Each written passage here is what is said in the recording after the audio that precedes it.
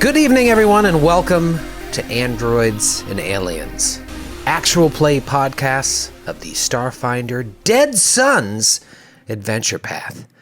Now, if you join us every week, whether you're on Twitch or you just listen to the podcast, you know you're gonna laugh. You know you're gonna have a good time. You might even be on the edge of your seat. But did you also know you might feel?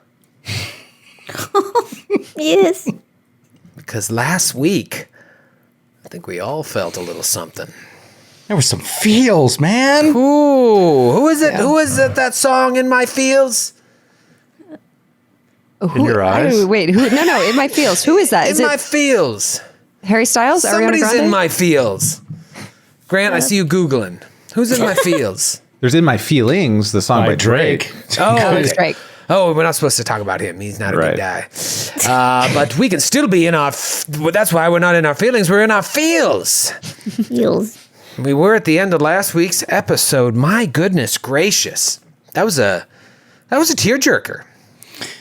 I agree. I want to say something about this. We have had our sessions over the years that we've all played together where there's been emotional moments. There's been drama.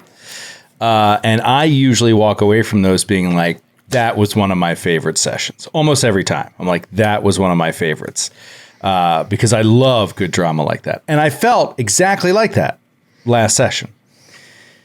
The difference just being something about this one, this time, was a little too much for me. I enjoyed it at the time, and I understand the quality of it.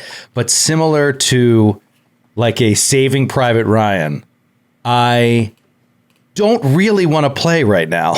I'm still so sad about this. Like, I don't want to enter back into this reality with what's happened. And, we've lost characters before it's happened. I've never felt like I feel right now. I am so bummed that I kind of don't even want to play. Isn't that cool, sad. Though? Isn't that cool to feel that while just playing a game? I think that's really nice. It was funny. We went off the air and we just sat here in silence. I don't think we even talked. There was a little bit of, but there goes Ellie again. We just sat here in like stunned silence. And the thing is like I've known for a long time that's where I wanted this book to go, but I didn't know who. I didn't know. I assumed someone would take the mantle, but like I've been so excited isn't the right word, like just like anticipating, seeing how, as a fan of this show, seeing how it was going to turn out and who was going to be the one to make the sacrifice. And so I don't know, I just never in my mind pictured Qualo for some reason. It never came up as an option. But man, was it sad. We just sat here like gobsmacked. It was so perfect, especially, thanks to Grant and Troy. As many times before, I was like, was this pre-planned? Did you guys knew that this was going to happen? Because you started with those, that the beautiful sound of the vibrations of your race that had all that stuff with the planets and stuff, and you created like this beautiful sound coming from him, and then it just turned into his real voice came out instead of the thing that you had put on. Like, it was just such a beautiful, extremely beautiful moment that I didn't want to say a word for the last, because I was like, I'm going to ruin it, anything I say at this point, and just enjoy whatever happens. Joe, but it wasn't enjoyable. I agree too with Joe, where it was like, when we finished, it just made me realize too how much I miss being in the studio with you guys, because that would have been a moment where we all like hugged and had some drinks and were like, fuck, what an episode. But instead it was like we finished and then I like turned off my computer and I was like, all right. Now I'm sad and alone. I'm going to go to bed.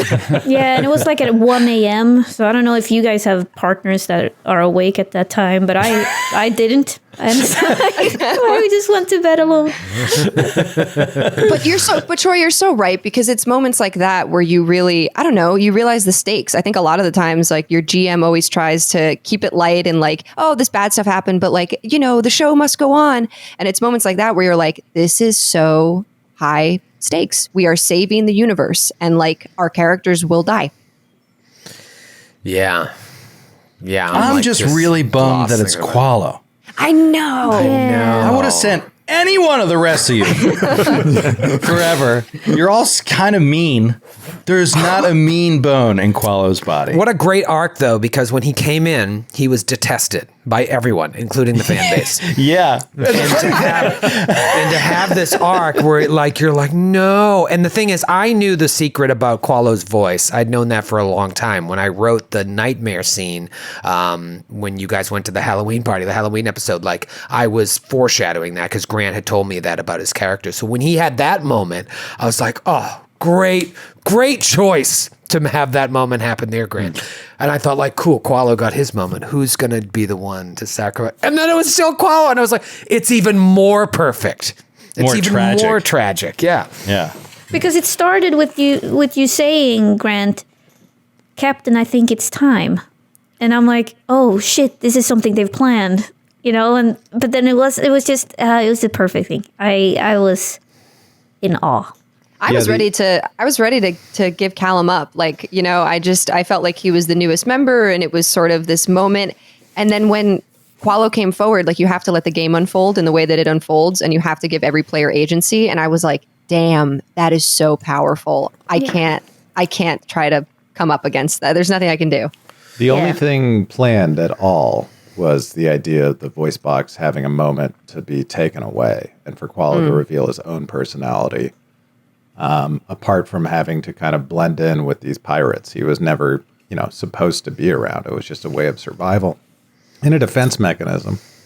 So thematically, I will say that the Solarian gave me a lot of great hooks into the story, and the basis of Dead Sons and being at the Gate of the 12 Suns gave me a lot of inspiration that I've been thinking about for a while as to how that would synergize in with Qualo.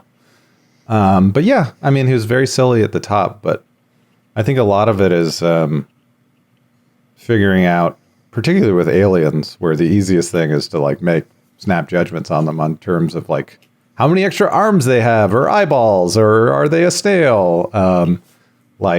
Just the kind of inner humanity, even in this weird little snail creature, who never really judged, anyone else. He had a crush on Captain K, and that was a lovely moment. I really enjoyed that. When Captain that K was gave him great. a little kiss That's on the head. right, the little kiss. It was so fucking great. Yeah, I've got a list of things, loose ends I'm trying to tie up before the end, and one was Qualo's voice, and I just had it on there, and I hadn't talked to you about it. So it was just so great that you decided to use that moment, because that would have just bothered me if that was still hanging out there. Well, I want to check in with David Winters for a second. David, you're mostly known as a heartless, emotionless computer lawyer. Yeah. How did you feel about the events of that episode? You and I obviously have been talking a little bit about this for a while. You knew, you were privy to my plans, but what do you think? How'd you feel? Odd feelings, It's not you're right, the surgical, ruthless killer that I normally am. And for once, I slowed down a bit and felt something deep inside my empty chest cavity, and that was well done. So thank you for that to all of you. And yeah, I'm just really excited, I guess, for book 6. And as much of that being a moment, there's still some cool stuff I think ahead that I'm really looking forward to seeing. Well, Allie, please.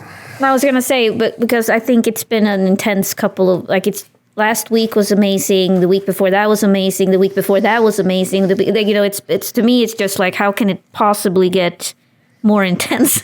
I think I've gone to bed after every episode now, not being able to sleep out of in good ways, but for good reasons. But I'm like, how is it possible that it's not going to slow down and we all retire early and, drink margaritas? It really felt like the end of a novel, and there's another part of the novel, but it's just the way those last few episodes went. But it's interesting because obviously I know what's coming up, but for you guys, I don't know if you know. You know what I mean? I'm sure you might have some ideas, but in many ways, it's what is happening? What were those warning signs at the end of the episode? I will say, I think book 6 is fantastic. I think it's when we initially started playing Starfinder, I think to me, it's close to what our idea of what Starfinder was going to be like. We had a little bit of that when we first got onto the Acreon, I think. You had that aliens moment. We were like, oh, this is Starfinder, and then we went to Castrovel and things got a little bit away from that. And then it got weirder as we went along. But like this to me is going to feel... It's just going to feel like the end of a story. So I'm excited to get into it. And obviously, if you caught the State of the Naish a little over a month ago, you know that we are ending our adventure with Starfinder after the conclusion of Book 6. Androids and Aliens will go on some sort of indefinite hiatus, and will hopefully return someday, but not in the way you know it. So this story, we have a chance, the 14 of us, to really create some amazing moments in a story that will be contained forever. And I think about this a lot lately, especially as we've got these long-running shows. I think about 50 years from now, maybe some of us won't be here, but or some of us will be just pissing our pants and drooling. But these, whatever this is going to be, 160, 150 something episodes will always be there for our children, our grandchildren might want to listen to it. We're going to have this story that will live on. So I'm really excited because I think as much as the show has kind of been all over the place and we've changed it, we've gone live, we had the studio, it is, to me, just an amazing story from start to finish, and we still have the finish to tell. So I'm excited to tell it with you. I want to jump right in and talk about 11th level characters. Everybody say bye to Grant. You won't be needed for this episode. Oh, thanks, Grant. So sad. Later, buddy. Love you, Grant. Bye, Grant. Just Love leave you, Grant. vMix on. Grant taking the hologram template. 11th level. Wow. I'm looking right now at the inside of Book 6 to see how far you guys go. The PC should be blah, blah, blah level by the end of the adventure. Interesting. Who wants to go first? 11th level. Anybody whoever multi-class can go first. Callum?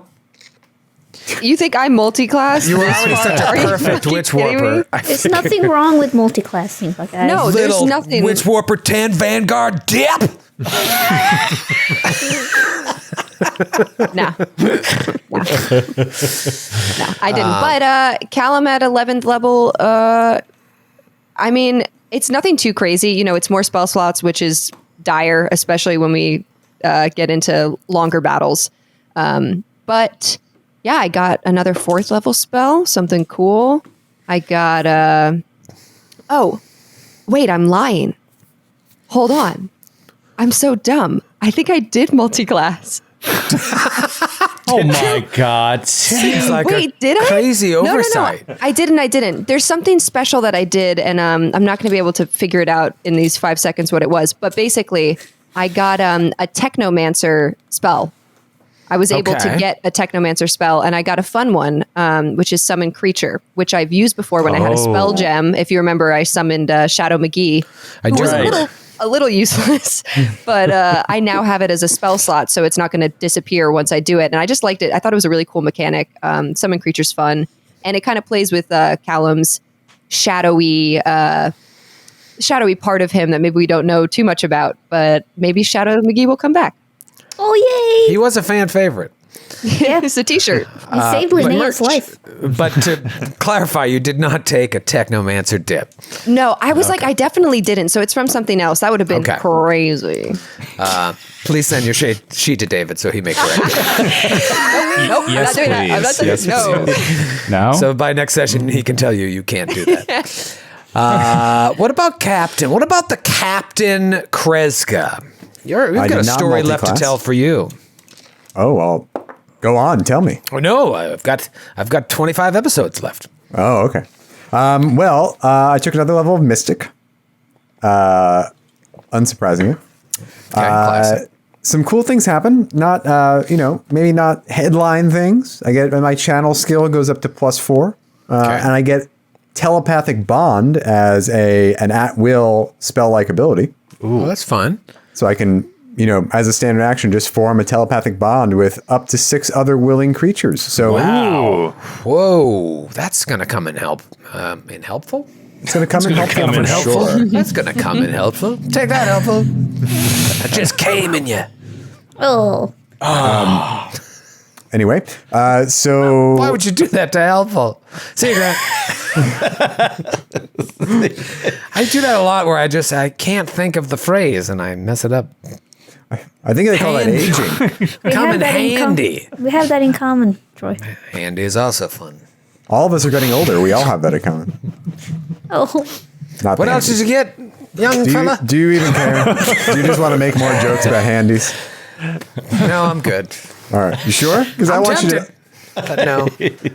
I want you to family feel show. like you can really explore your reach here, Troy. So if you got one and you want to let loose, go, feel free. Take the Floor is yours. I got nothing. Yeah, don't worry. Something will come and helpful.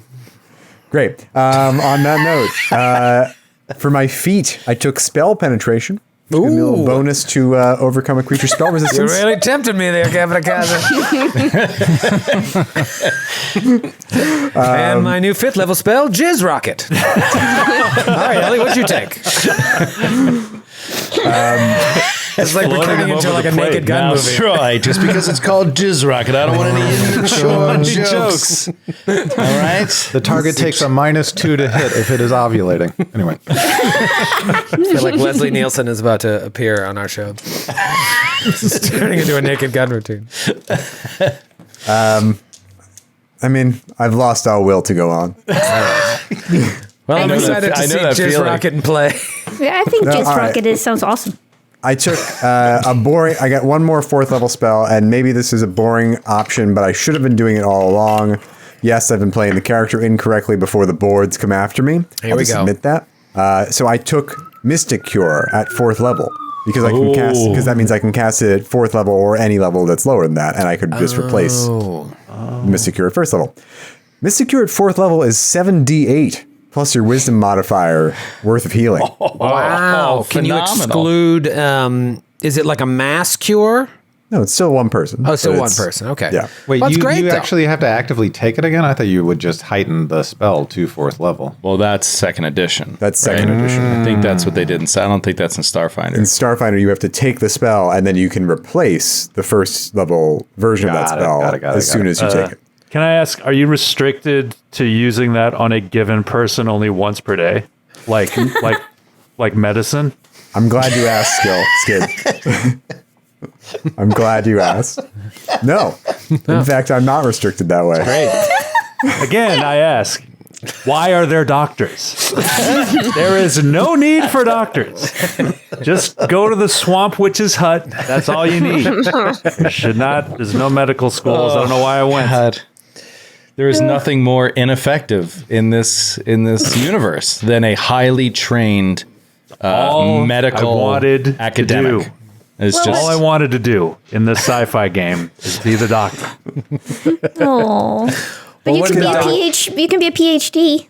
I have several PhD. I had to take them because being a doctor is completely useless. You had to go back to school for those archaeology and psychology Yeah, I didn't want to be an degrees. archaeologist, a lawyer, a psychologist. I didn't care about any of that. I want to be a doctor, but it's like got the degree, and it was just like it's like getting a communications degree from Arizona State. It's just like I can't get a job, so it's just like all right, let the witches handle it, and I'll just so you turn to a life of biohacking. right. Speaking of the doctor, what did you take at 11th level? Did you stick with Biohacker or did you go Yep. back to Operative? Okay. Got another biohacker. I got another theorem. I took a painful injection because of my bitterness. There it is. I'm channeling it all into my attacks. So gets a little bit of bonus damage with my injector pistol. And I also took deadly aim for my feet. So Oh, great. sticking with the theme. Skid, Deadly. I swear to God, the painful injection was an option for me as well. It's amazing. Oh, okay. Come on, man.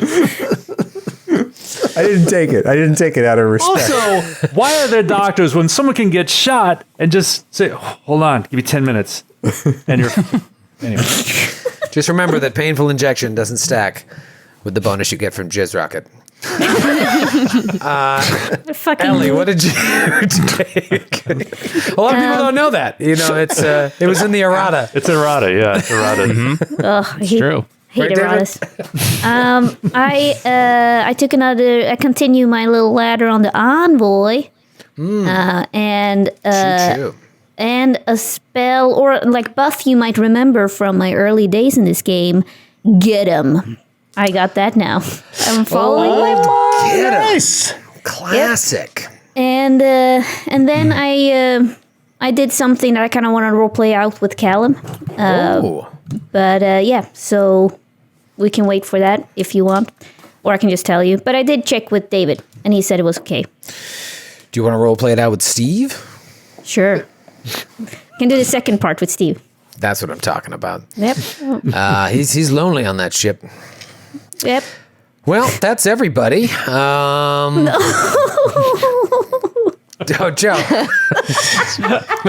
Funny thing is, I wasn't joking. I was trying to leave out Grant. I didn't realize I was leaving out Grant. What an old Daxy McGee. Did you take that 10 soldier technomancer dip? Techno dip. Vanguard dip. I have so much fun.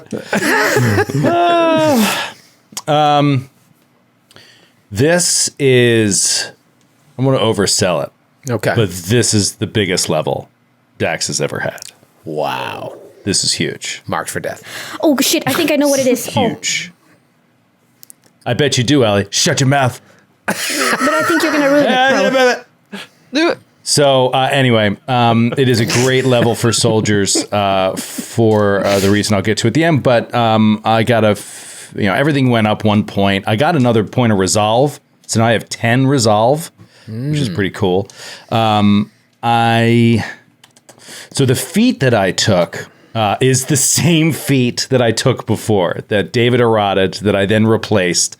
I went back and I kept looking, and it's still a really good feat. It was just ludicrously good before. So I took enhanced resistance, but I did piercing. So I took enhanced resistance piercing. So nice. I'll have DR 11 against bullets, basically. Whoa. Or a rapier. Though I don't know how many long spears we're going to come up against, but There's no piercing damage in book 6. yeah, I had a feeling you would rewrite the encounters. It's all bludgeoning. But yeah, I thought about slashing. Slashing is great because I know there's going to be slashing. You're going to come up against that in these sort of epic encounters towards the end. But I just figured it gives me the most options. And then I got a gear boost. This is the thing I'm second most excited about. The gear boosts they stink. Like my first one was +1 to KAC. Like, all right. It's pretty good. Yeah, but I'm on my third one at 11th level. Like, this is my third boost. So one was +1 to AC. Okay. Then I got one that I liked. It just hasn't come up too much, which was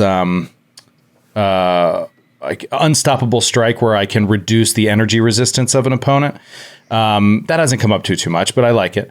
This gear boost, I think, is just ridiculous. I'm just going to wait till David just erratas it and tells me I can't have it.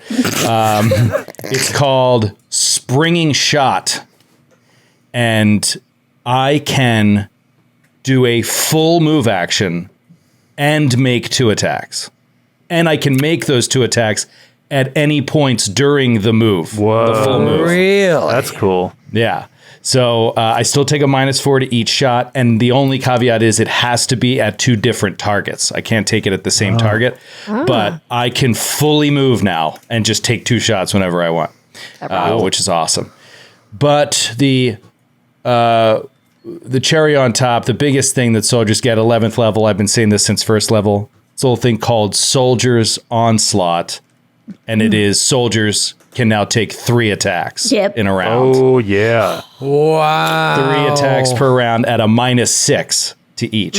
So it's a big penalty, but you can shoot 3 times in a round. But that's okay, Joe, because your die rolls are always amazing. Dude, it's going to be crit, crit, Crit. Get ready for them trip crits. So, but you could combine that with springing shot and still you could take 3, right? You think? I don't know. I don't think so. I was looking into it and I haven't found anything yet that says you can do that. So, still waiting to see. Huge. If you could do that, I mean, that's a complete game changer. Yeah, I don't know that you can. It's just basically, because here's the way I read it, is when you take a full attack action, you can take 3 shots. Springing shot is not a full attack action. It's not like, as a full attack action, you can move up to your speed and take shots at any point during your movement. Right. It is just, as long as you only move your move speed, you can take 2 shots. It's not a full attack action. So still very cool. I mean, it's going to make you super more versatile, David. Well, no, I was just going to say it's a modifier of shot on the run, which you already have, which is kind of its own thing separate from a full attack. So, yes, that is a correct interpretation, Joe. Shot on the run. Yeah, so that is it. I'm very excited to try out this 3 shots in a round sometimes, and then this springing shot. Sounds really cool. Well, I'm excited for you. You know what I love? I love starting a new book. It's like starting a new adventure. I got a brand new document, all fresh and clean. I wonder how long my book 5 doc was. Let's see. Just humor me for a second because I think this will be funny. I'm already 10 pages into this one. Why don't you just put them all in one big doc? Why do you? I did that before, but actually. Looks like book 5 was the first time that I started a fresh doc because it was just getting unwieldy. Yeah. The load times. Let's see. Book 5 was 44 pages. That's about right. Ooh, damn. 44-page doc. So that's like into this exactly rewriting the adventure, basically. Yeah, I think the adventure's like 32, maybe. Anyways. Yeah, but with pictures and graphs. I draw things too. And book 5, we did half of book 4 in studio. Then pandemic hit, and we did book 5.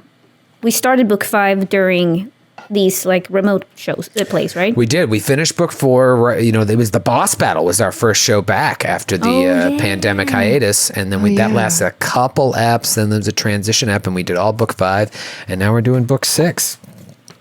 I can't show it. I can't show you the cover because it might give stuff away. Only Grant has seen it as he's reading it right now.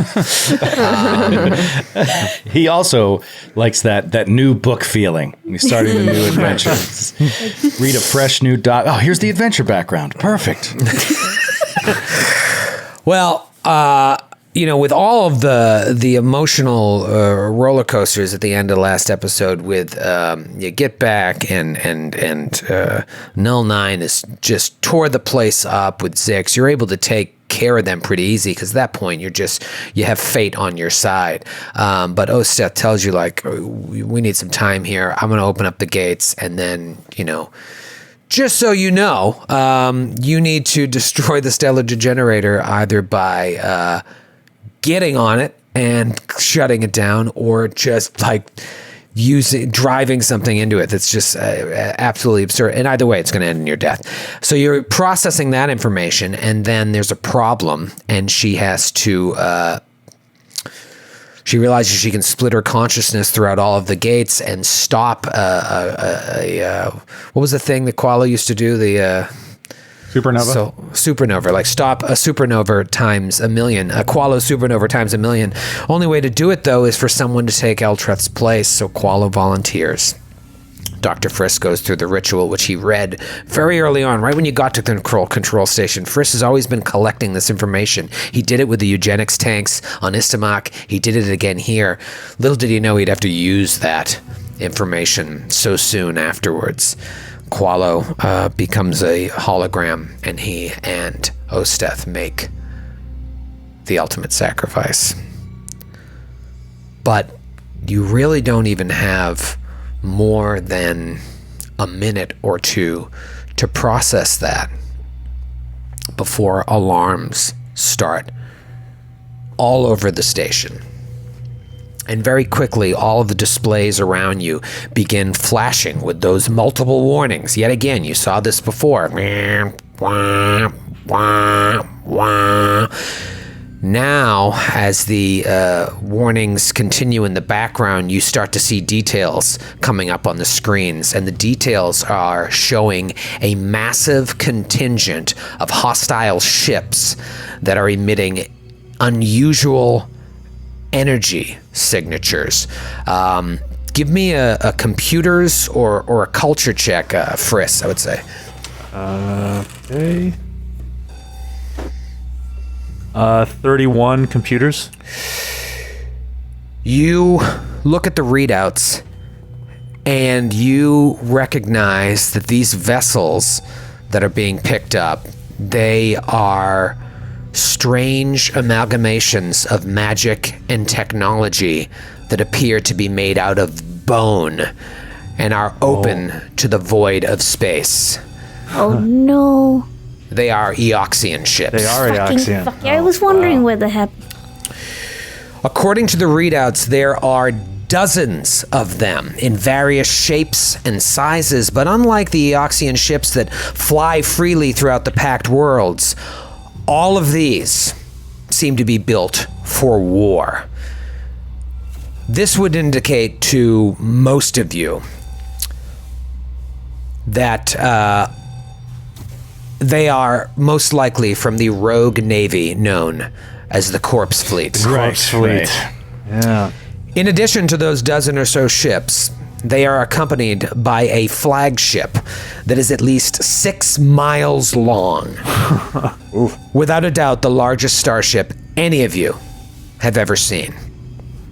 While some of the screens are flashing radar blips, great Sirenscape, Joe, by the way. Thank you. While they're showing these radar blips of these ships approaching, dwom, dwom, dwom, closer and closer, other computers nearby are indicating the activation of a number of automated defenses placed all around the Degir system.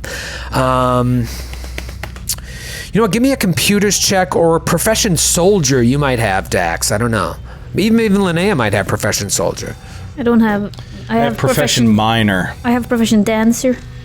Neither of those will help. So, Frisk, give me another computers. Perhaps a little dancing will boost my spirits as I work computers. I mean, it worked on other AI. It's true. 38 computers. Yeah, I don't even know why I ask. You're just so automatic with these checks.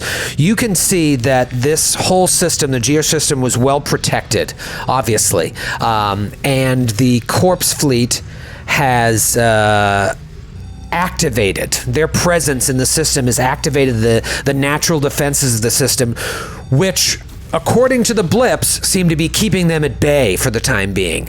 But you know, you've flown around the system long enough to know there's no way they're going to hold up to a navy of this size for long. All of a sudden, boom, a camera display of the system from space pops up on the screen. I just fell off my chair. And amidst the insanity of this moment, while you're trying to process Qualo's death and trying to process this, whatever's happening right now, all your eyes are drawn towards the screen.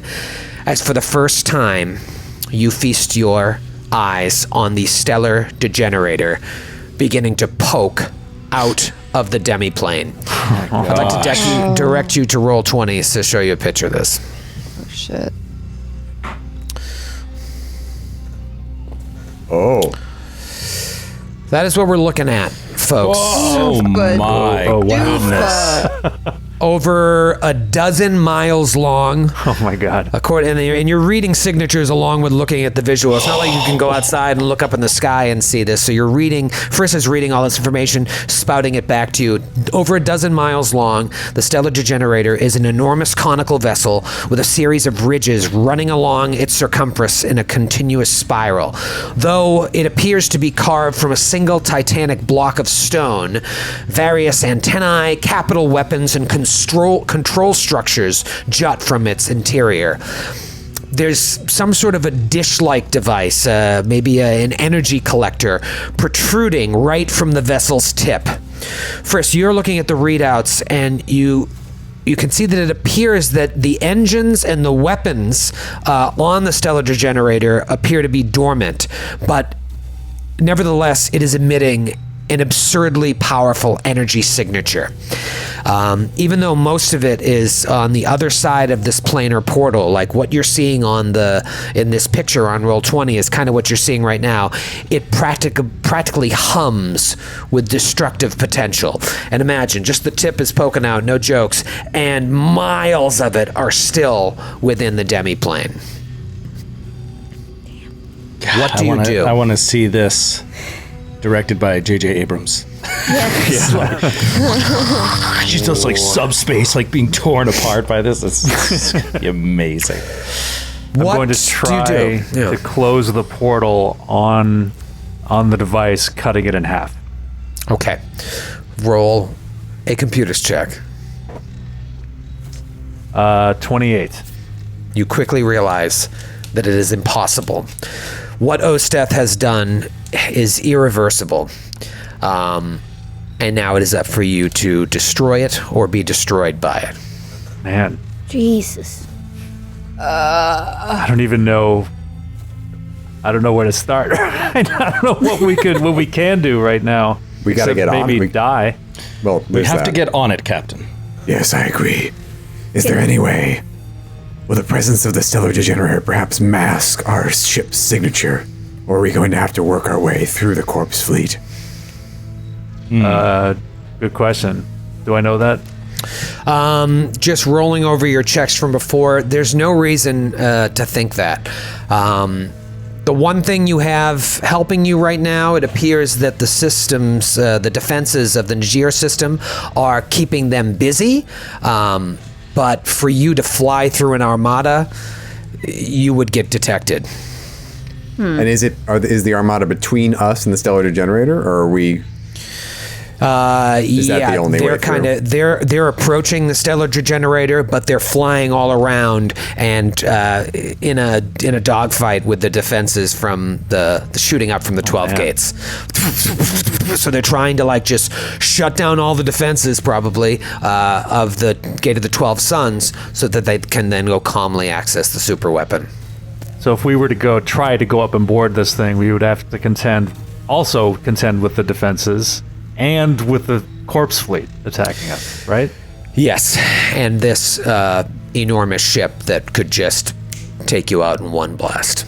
Yeah. Vaporize you. You're no longer in the world of like, my ship's disabled, oh no. A ship of that size would just Alderaan. Yep. Is there any other way to access the demiplane from one of these planets? Access Some to sort of demiplane. transporter, perhaps. No, and again, rolling over what Friss's understanding of what Osteth did. When she opened the gate, it was an irreversible process. Something went wrong, and she had to kind of burn all bridges to make sure that it didn't just explode the universe from this system outward. So yeah, you're in tough shape. As you're sitting there, you get a hail from Steve. Oh. Go ahead, Steve. Captain, something is very wrong. Oh no. By now, I'm sure you've noticed there are ships in the system above us, but one of them has made their way down to the controller moon. It appears that they are clearing the nearby area near the Sarissa with laser fire, and they have now landed within 100 feet of me. Jesus. Well, that does present an interesting opportunity to take one of their ships up into the. Oh, you're right. Oh yeah. Steve. Captain, yes. Yes, go. No, you go ahead. I was going to say I can see several creatures disembarking. I took the liberty of running a scan on the Sarissa and discovered a tracking device. I am now under attack. Systems failing. Tell Linnea. Okay. Dax Steve just to goes take out. off running. Yeah. For the Kreska will ship. too. To the ship. Yep. Linnea takes Running. the lead. Fuck that. Wait, we just stood there listening while our starship was destroyed? Is that what just happened? No, Linnea is gonna gun for it. What did Steve say? All right, so you just run. We're all running towards the ship. Run back. I can't remember what I say. It was like a half a mile, or was it 3 miles? Do you remember, David?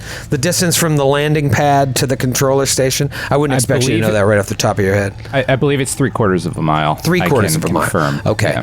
Yeah. I can do that in 10 seconds. Are in amazing shape. You're running. Are you just going whole hog?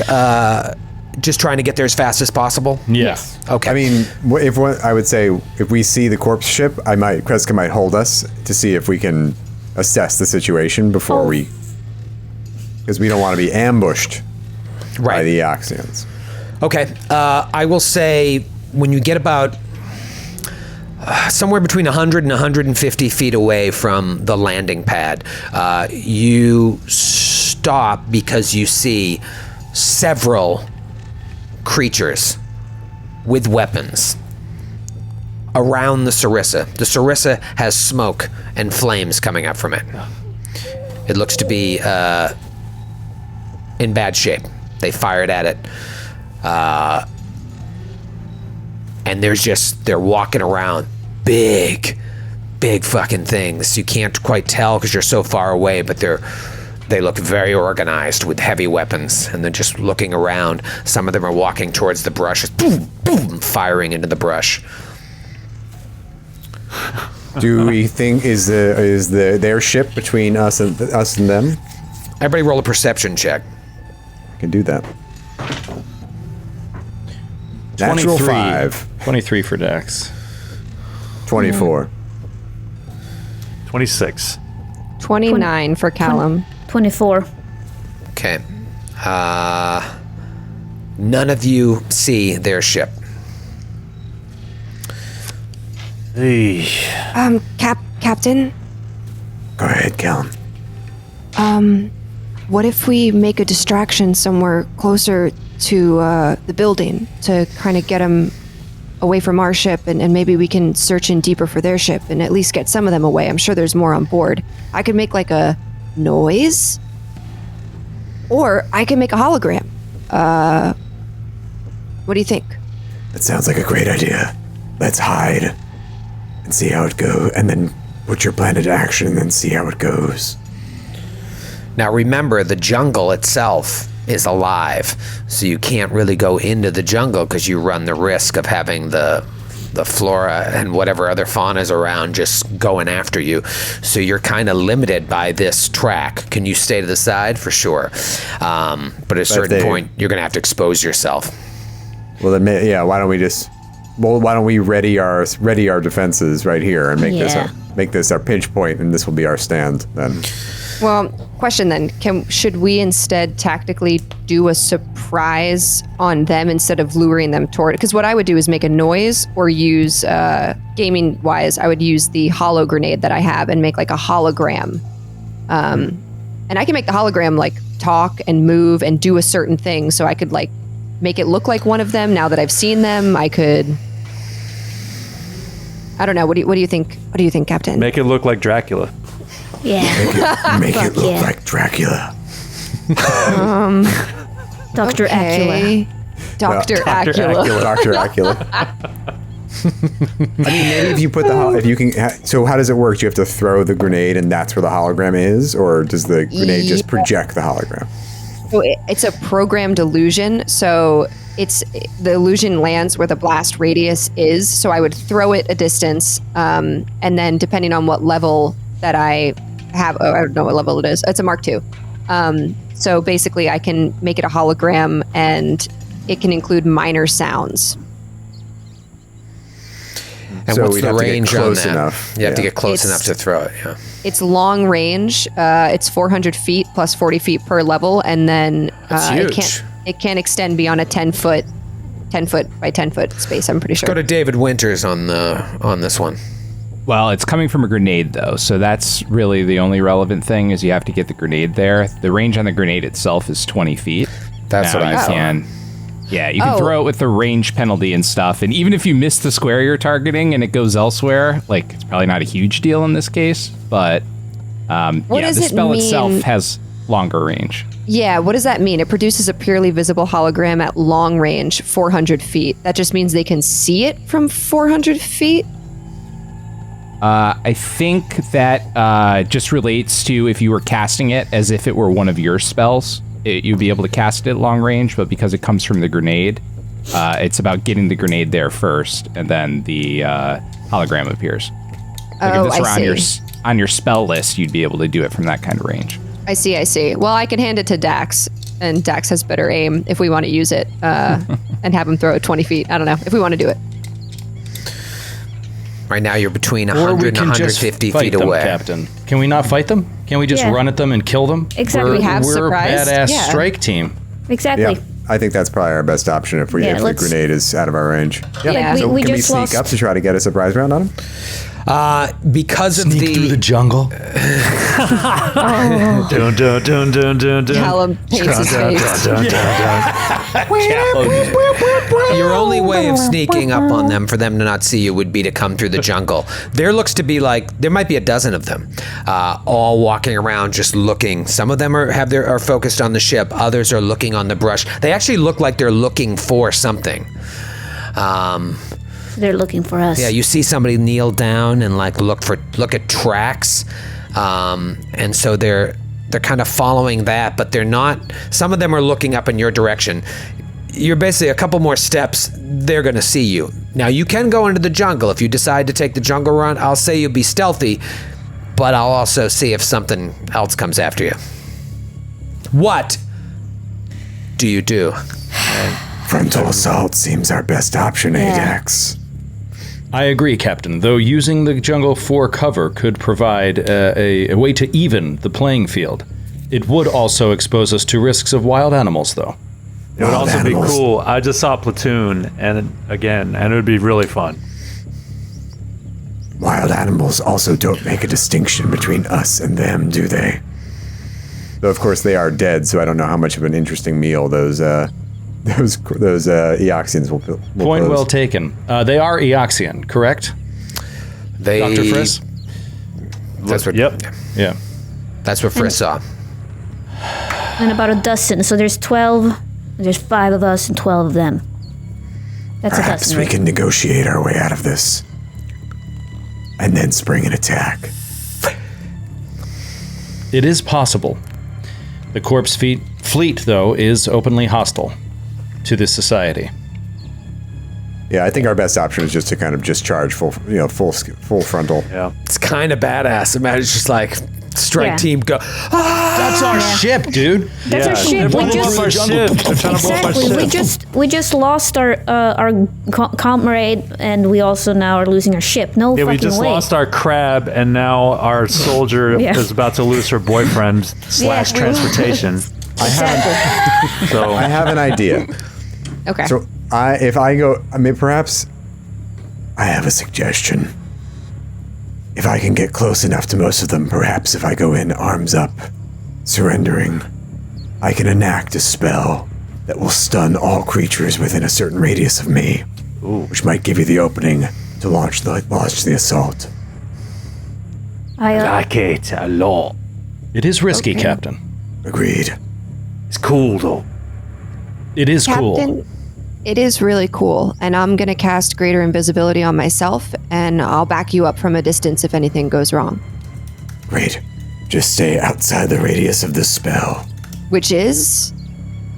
I'll message you privately so Troy doesn't know. Okay. In that case, I stay blank feet away. It's 20 feet. It's 20 feet. Okay, I stay that far away. And Callum casts Invisibility Greater on himself. All right, so you break away from the party and just walk, arms up. Yeah, and when I get close enough, I just say, "Hello there." Can Dax roll stealth to be within 70 feet of this, like hiding behind a tree? If you go into the jungle. He'll go All into right. the jungle. Oh God. okay. All right. Wait, was the plan for no one to go in the jungle? I don't know. Callum's going in the jungle. I cast invisibility greater. Callum's sauntering into the jungle. He's sneaking, but.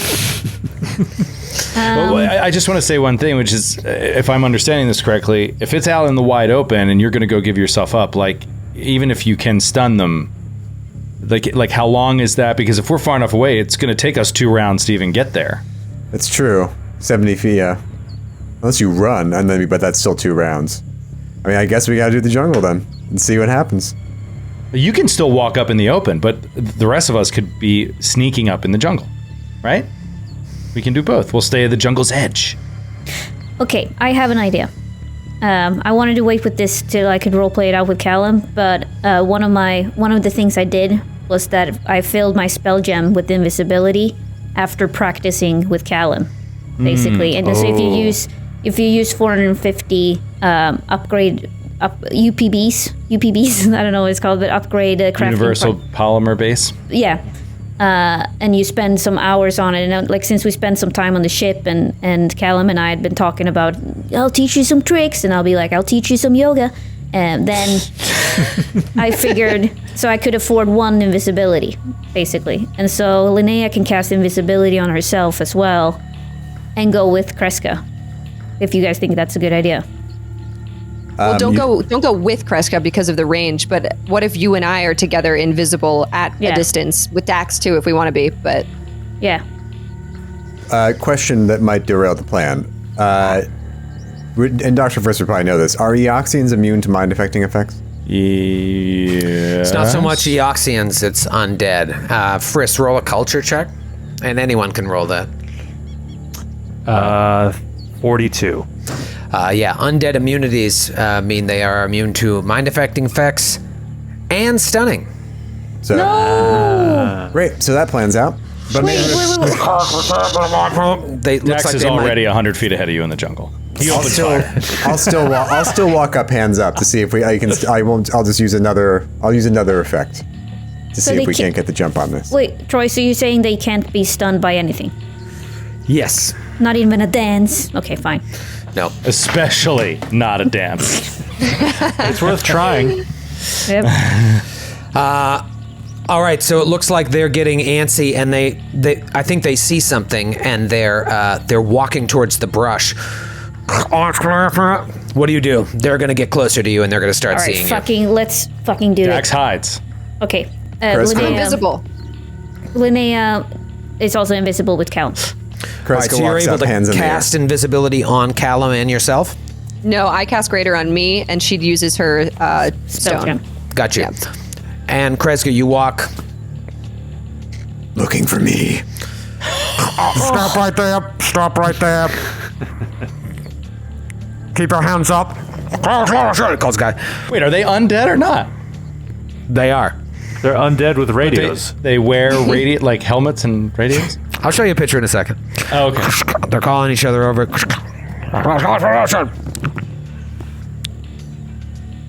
Stay right there. Do not come any closer.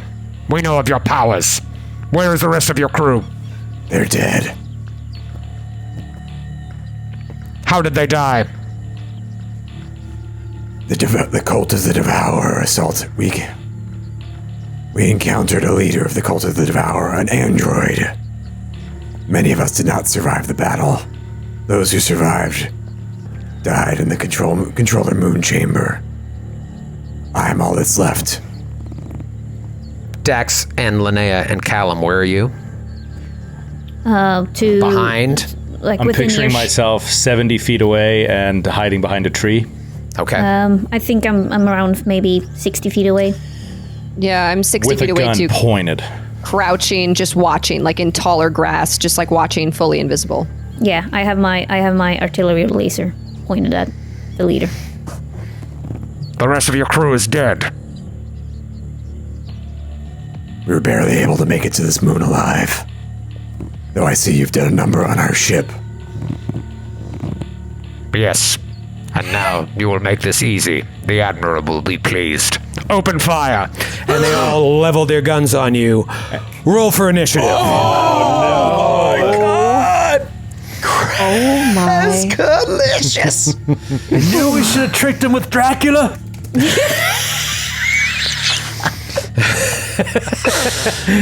Oh boy, let's talk initiative. Anish. Dax, what do you got? 27. Oh, 27. 18. Excellent. Oh, he's start. protected his captain. Dr. Friss. Also 27. Oh, I was plus 9. Does that put you first? Yeah. Okay. All right. What about Kreska? 21. 21. Linnea? 29. 29. Callum? I rolled a natural 20 Oh. plus 2. Oh. So 22? Wow, some hot initiative rolls. Oh, man. Gonna need it. All right. Before we go to the map, let's hear from our sponsor. Enough with them. Let's look at this map and start arranging the players. Just do us a favor and not just moan when we talk about our sponsorship. It's not a good idea. No, I mean, I can't wait to buy those, I don't know, male underwear, whatever you guys are sponsoring. Huge fan of the show, Elliot. All right. Look at this map now. Can you see it? I see your beautiful leaf work. Oh, there it is. The ivy. There's Kreska. There is, looks now that you're closer, you see 10 of these creatures. And let me show you what they look like up close. Oh, Jesus. Badass. looks like some power armor. Oh, no. They He's look got like a power fist. yeah. Fist is Yeah. emanating some sort of power. How would you describe them, Joe? Everybody look at the chat, too, our personal Skype chat here. But Joe, how would you describe that? It looks like some sort of exoskeleton armor that is worn by someone who is the size of a UFC fighter or a professional wrestler, more likely. They're huge and extremely well built. And then over their face, they have this greenish, almost looks like a surgical sort of mask that, I don't know, maybe that's what they're communicating through. But then this green is also running into their gun. There's a tube that runs up into their armor that's green. I don't know. It's a lot of cool stuff. Yeah, they're pretty badass. They do look like UFC fighters. They got kind of a Bane thing going for them. Yeah. Well, there is 10 of them, not 12. 10 of them, and I have a headache just thinking about this combat. Oh, no. But it is time to begin. And it is Linnea's turn to act. All right. Linnea, as a move action, is going to say in her comm unit, for Qualo. And then give everyone within 60 feet will get a get him +1 to their attack. Oh, nice. And then, Okay. and since I'm invisible, I am going to, as a swift action, start my haste circuit, and then move up to the guy that's standing next. He's standing right there next to. So I'm gonna move up to. Right there for our audio listeners. He's standing around. Sorry, give me 1 second. He's standing 35 feet away from Kreska to the south. Diagonally east. away, yes, from Kreska. And where you were standing was kind of amazing. Kreska was 55 feet away, and Dax and Friss were both exactly 60 feet away. So you all get the benefits of get 'em. And then you said you activated your haste circuit in order to move all the way down there? Yeah, and then another move. Yeah. Two things though. So number one, is that the guy you're targeting with get 'em? Because get 'em is against a specific target within 60 feet.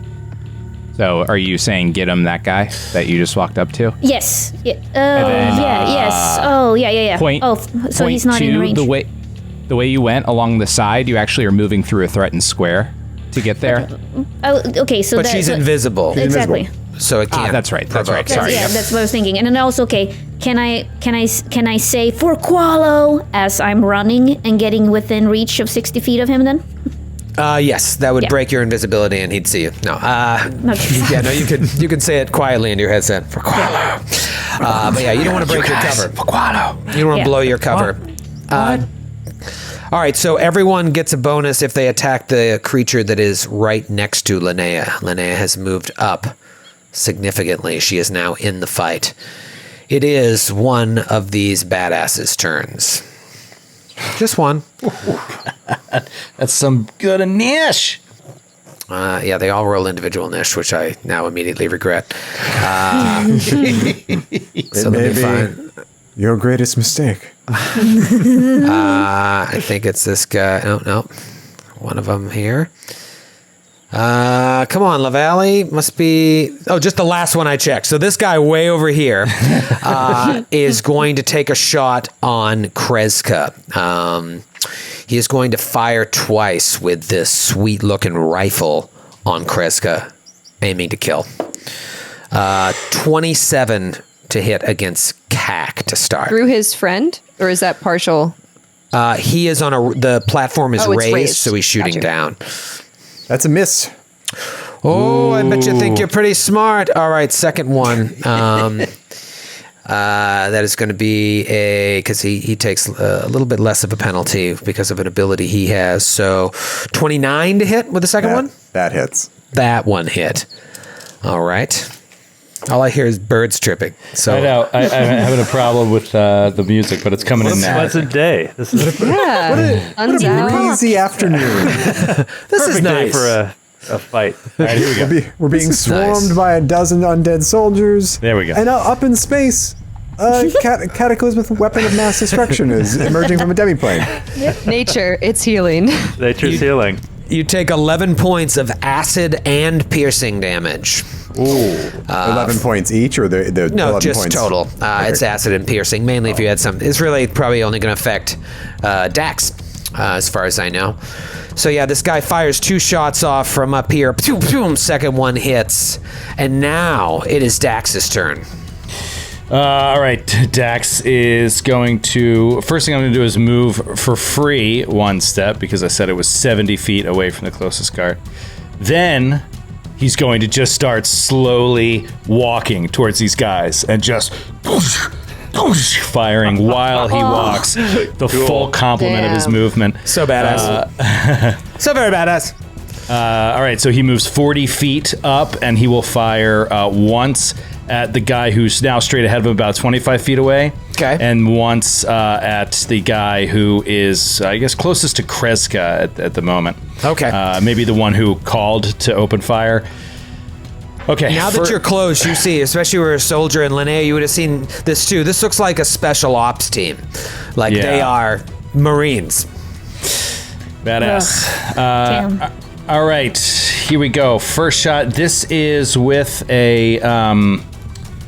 This is with my. Because now I've got a couple different guns, so I'm going to be using the energy one. I can't find it at the moment. The yellow star plasma array. Yeah, there it is. Okay.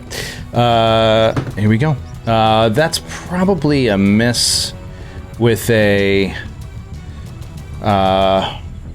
This is against EAC 19. Against EAC 19 is actually going to hit. Oh, great! Oh, wow. Nice. Phenomenal. All right, then that. Ooh, 25 points of damage, split between energy and or electricity and fire. Okay. David, does that get past the DR?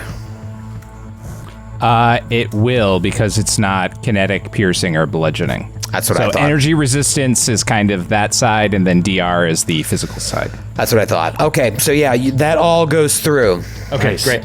And then second shot at the guy in the back at here. the other guy. Yep, that will be a hit if he has the same AC. It's 5 more. So, and then that will be 19 points of damage, electricity and fire. 19 points, the other one. So Dax slips out from Just the walks brush.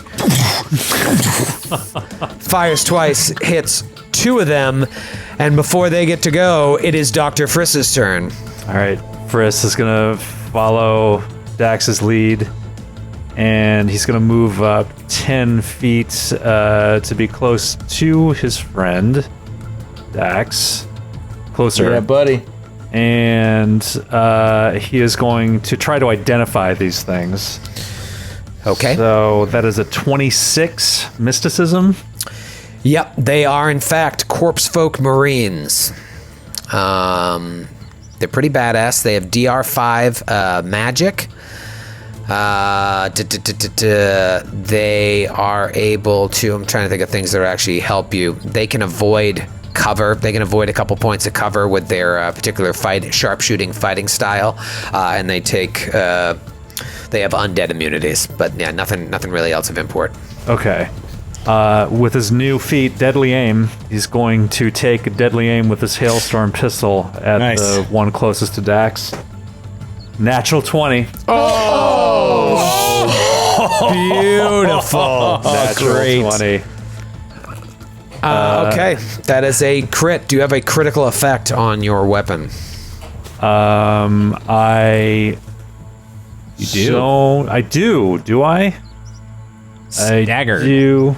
Oh, stagger. Oh, very nice. That's a good one. Yeah. Okay. Cool. All right. I would imagine they're not immune to staggered. They are, in fact, not. They are not.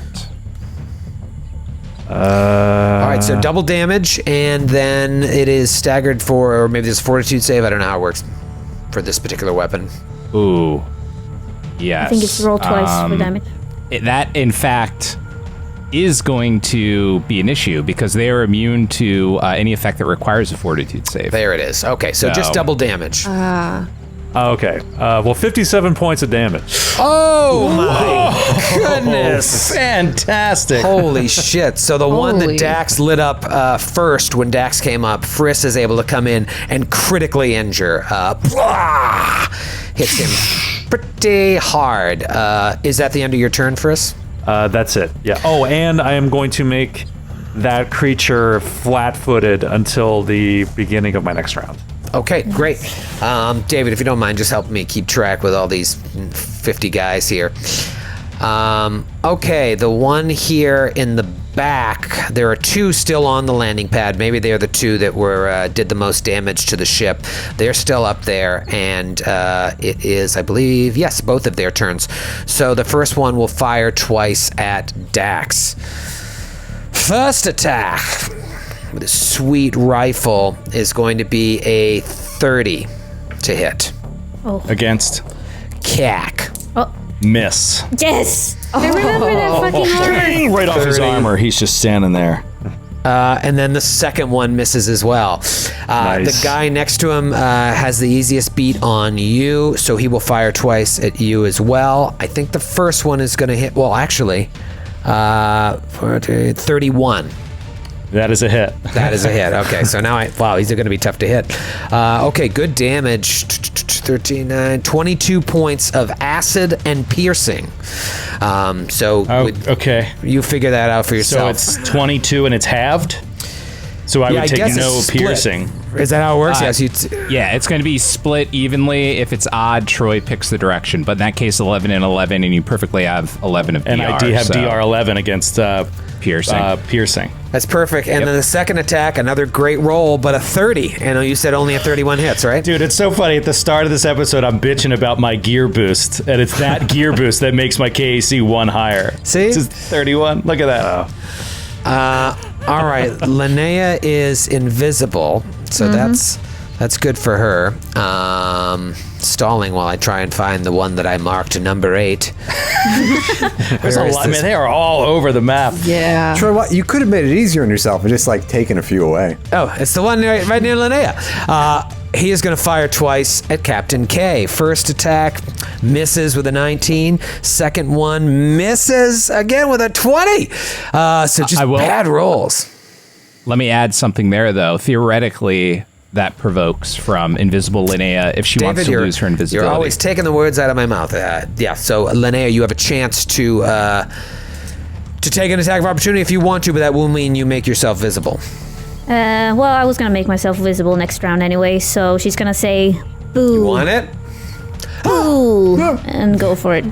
Okay. Natty 15, so that's gonna be a 31. That is a hit. Nice. Hey, man. Here you go. 25 points of slashing damage. Nice. Nice. So in that case, only 20 of it gets through where it has DR5 magic, but Linnea Actually, is now visible. I'm making magic damage, actually. Nanites. Yeah, Nanites. because it has a Fair weapon enough. fusion, which makes Fair it enough. magic. Then I will remove another 5 points of damage. It won't save you! Oh, I think All it right, will. and then I'm still going to have the second one fire off at Linnea because I'm just going to do that. And then it is Callum's turn. Callum, you're way in the back there, all by yourself like a coward. Yeah, and like a coward, Callum's going to stay back there and stay invisible, but attack. And he is going to create right here on the map, down by the down by the platform, sort of in between three of these dudes, perfectly situated with my distance for this spell. And he's going to create like a eddy of rocks and leaves and all these different things, pulling it from the area. And it's going to, create an eddy in that area. So I don't know if we want to put something on the map because How big is it? What's the radius? 20, 20 outwardly. Okay. So this is like a cosmic eddy? It's a cosmic eddy is the spell. So yeah, they are going to take 4d6 bludgeoning damage, and you need to make reflex saves for all three of them. All right.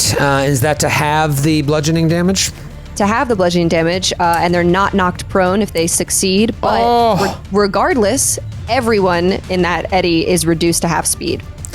Wow. All right. So first reflex is a 21. Second one is a 19. Third one is a 9.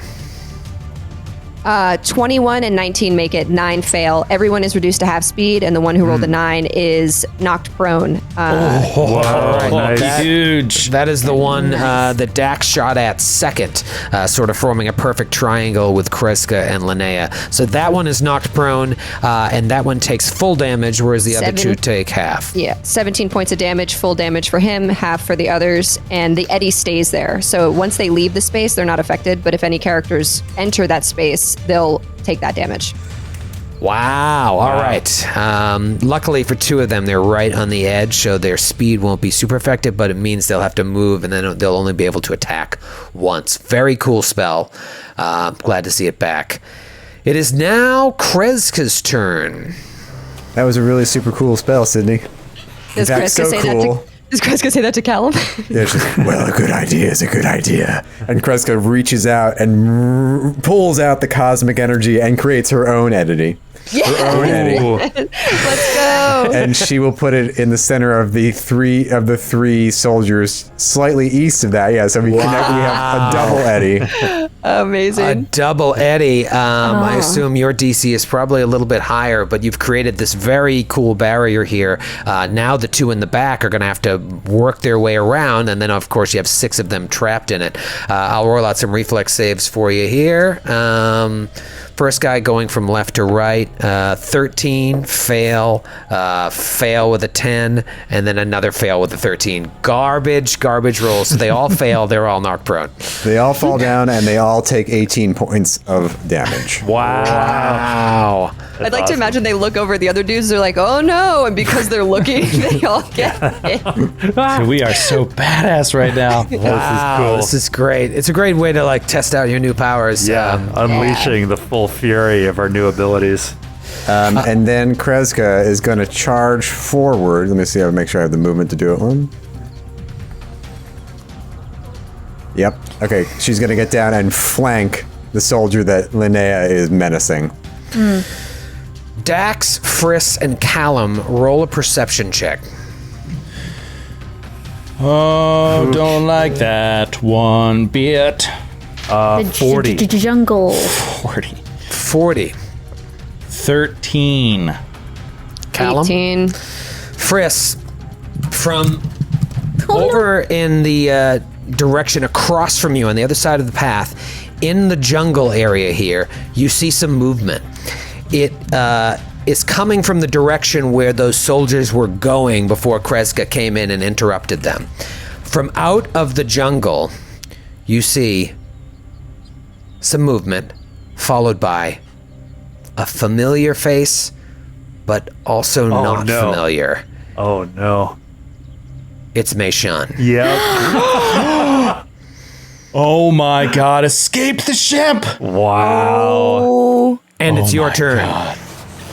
Meishan, with an aqueous fluidity, just a sense of complete placidity to herself, but direct destructive purpose in her steps, walks out, adorned with floating pieces of plate over her body, connected with psychokinetic energy, and they seem to react to the environment around her. And from her back, she pulls down very strange, smooth-looking long arm, slowly takes aim, and fires a rocket-propelled bullet that breaks the sonic barrier and creates a sonic boom as it rockets through and hits Kreska in the back of the head. And she says, "For the devourer." No. She says, "For the devourer." Which one are you aiming at? And can you aim into the eddy, David? Oh, that's a great question. Because if not, you could probably just hit this one in the back here or the one between Kreska and Linnea.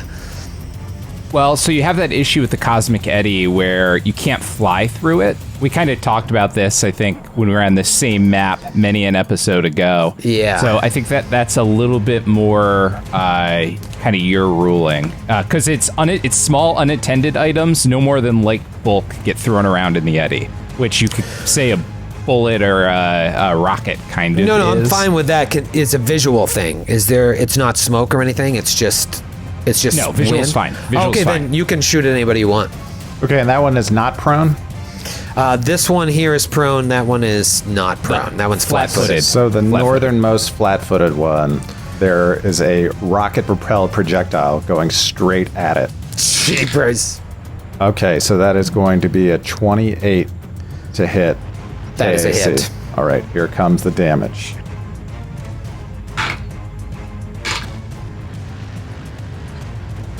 "20 points of bludgeoning damage, half of which is sonic, and it's magic for the purposes of damage reduction." Wow. So it just gets through, boom, blows that guy back. And the concussive force of the explosion releases just this intense sonic energy, kind of like a sonic boom from Guile as it hits. Wow. So you see this figure that looks like an old friend, but is it? We'll have to find out if anyone survives the combat. It is now 1, 2, 3, 4, 5, 6 of these Marines' turns. Jesus. I'm gonna go get a soda. Will you just let me know what the what you roll to hit when I Just get write back? down your AC before you leave. All right. The one back here in the back stands up, move action, and then second action will move out of the eddy, and that's its turn. You know what? I might as well. I've got a little more movement. I'll move back behind this one other guy that's in good shape. That's his turn, and then it goes 4, 3. Oh, I really regret this now. All right, which one is 4? 4's back here. All right, so this guy will also stand up. He will move. Man, he is going to move. He's not going to get very far. Yes, he's taking the long way around the eddy. And then the one up front here will stand up and move out of the eddy up here. And that takes their whole friggin' turn to do that because they all failed their saves and were knocked prone. 3 down, 3 to go. 6, 10, 7. The old 6, 10, 7 split. Oh, this is a nightmare. 6. The fuck is 6? Oh, you're 6. All right, this guy here will move up. And then who's 10? I saw a 10 a second ago.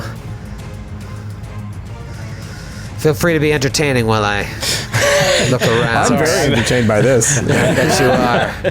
This is wonderful. All right, 10's over here. Little noises he's making as well. All right, so this guy here is going to throw a grenade at Dax.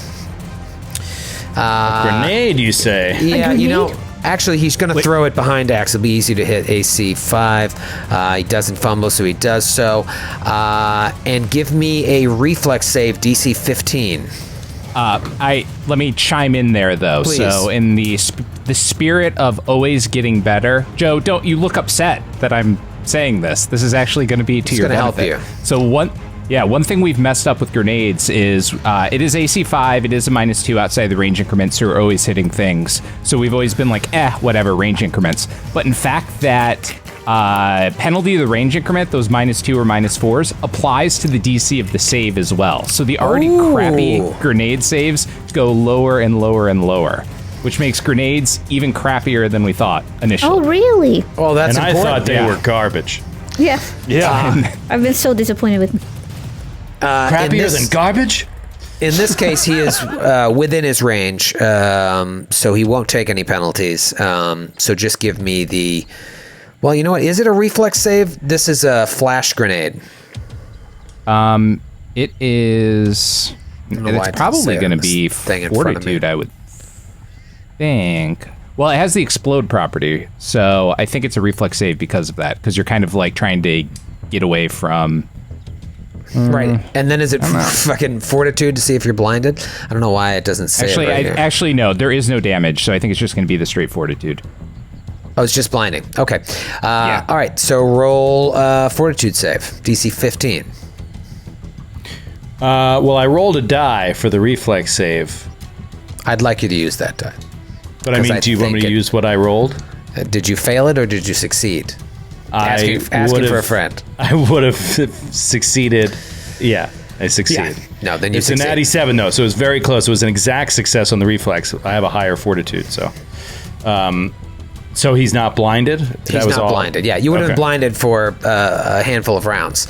That's fine. I mean, it's not fine. It sucks. That guy's going to die now, and he has a family. This guy down here is going to shoot twice at Linnea. He's dead already. He's dead inside. Here we go. First shot at Linnea is a miss. Second shot at Linnea is a miss. They're doing great, these guys. Real strong Marines. Yep. Now, where the hell's 7? Can you kill some of these guys? Make it easier? All right, this guy here, of course, the one that fell down, he stands up and he moves out of the eddy to the north. Ooh, so Kreska Actually, is surrounded. I mean, surrounded. Oh no, they're melee. I'll have him move right up to flank Kreska. And that is the end of round 1. And now it comes back to Linnea. Linnea, you are flanking one of these guys, but there's a lot around you. You may have had a good first round, but now this can get ugly fast for the ones that can close in on you guys. What do you do? I think I'm gonna finish the guy we're flanking. Finish him. We're gonna finish with a full round attack. Okay. So here he goes. Okay. With my battle ribbon, and that's going to be 25 to hit. That is a hit. Nice, and that's going to be 29 points of damage on the first. All gets through. So you're just flipping this ribbon around. Second attack. Yeah. Second attack, I think that's a hit with a natty 16, because my last one was 15. Sorry. Damn it. Just give me the total. Just give me the total number. 28. 28. Yes, that is a hit. And that's 27 points of damage. Nice. 27. Whew. Is he still up? He is. But for how long? Yeah. And don't forget, you're flanking, and I always forget because we play 50 different systems. Is it a bonus to hit or a penalty to its AC? +2 to hit. +2 to hit. Okay, wonderful. Your classic flank. All right, Corpse Folk Marine number 1, my personal favorite, because he was easy to control. He's in the Cosmic Eddy, so he will. Actually, he's going to stay right there because. Will he have to roll again to see if he gets thrown down? He's not going to get knocked prone again, I don't believe. The spell deals damage and knocks creatures prone only once. But if they leave the area and then return, it's subject to the damage and other effects. Okay, so not unlike Meishan or whatever she's going to call herself when you, if you get to talk to her, got to shoot into it. This one will shoot. Dax, so I don't want to shoot you. But I will. I will shoot twice. Here we go. First one is a 30. Again, another 30 and a miss. That's amazing. Second one, That one hit you with a 32. So damage. Why do I keep putting my d8s away? An 8 and a 6 on 2d8. Love it. 14 is 23 points of acid and piercing. So you can take the more favorable one. Erase 11, take 11. Okay. And that is its turn. Big round, Dax. Let's see some of these new powers. Did you say 23 points of damage? Yes, but it was acid and piercing. All right, so it's the same thing as last time. Yeah. I'll just take 12 acid. Okay. Sure. All right, well, let's take it out for a spin. Dax just raises his yellow star plasma array 15 feet from this guy and is going to fire 3 times. Oh, yes. Well, we'll see. I'm sure I'm not going to kill him. I think I'm the only one who's hit him so far. So, no, I hit him. I hit him too, right? You hit him? Okay. Well, Wait, the guy right in front of you? Yeah. Yeah, he's fucked up. Yeah. Oh, Majorly okay, fucked great. up. All right, well, let's see. First shot is a 14 against EAC. Oh, no. Second shot is minus a 6 to each attack, right? 26 to EAC. That is a hit. There we go. Got a hit on the second one. That's 21 points of electricity and fire. All goes through the DR. And then there were 9. Yes. All right. Perfect. All right, redirect that last attack. Yeah, I'll take this last attack at the guy who just stumbled out of the eddy there, close to Kreska, but not in melee with Kreska yet. Okay. Just fire one more time. That's a 19. That hit before, right? 19 against EAC is a hit exactly. Beautiful. Yes, 28 points. 28 damage, 8 and a 9 on 2d10. You know, as much as a pain in the ass this is to control, like, I really like battles like this where even though it's 10 guys, they all do the same thing. They might mix up their tactics, and it just feels like the way I don't know, the game I grew up with, just fighting a lot of dudes. It's kind of Just fun. like a brawl. Just like a throwdown, straight ahead brawl. They just fucked up your ship. Now you got to take them out. Yeah, I love it. And I love my it. lover. Just come out just swinging. This is great. This is great. Swinging. Just come running in. It is Dr. Swinging Frisk's buckets. turn. That's my new phrase. I forgot I had it at my You disposal. may now swing your bucket, Dr. Frisk. All right, so Frisk is like, he's got one eye on. He sees Meishan come out of the jungle, and his mentat-like brain is having to process these two completely divergent realities happening around him. So, but at the moment, he's going to take that in and sort of save it for later, process it. He's going to move further south within range of the soldier that Dax just hit. And again, with a trick attack, natty 18. That's a hit with the Hailstorm pistol, deadly aim. And that is 39 points of cold damage. Oh, that's cold. Cold as ice. 39! Oh, phenomenal. And it's flat-footed until the beginning of my next turn. Oh, boy. All right. Guys are doing pretty well here, but it's time for my Marines. These two in the back here, they're in not in a great position. They're actually in a brutally bad position. Let's see what their speed is.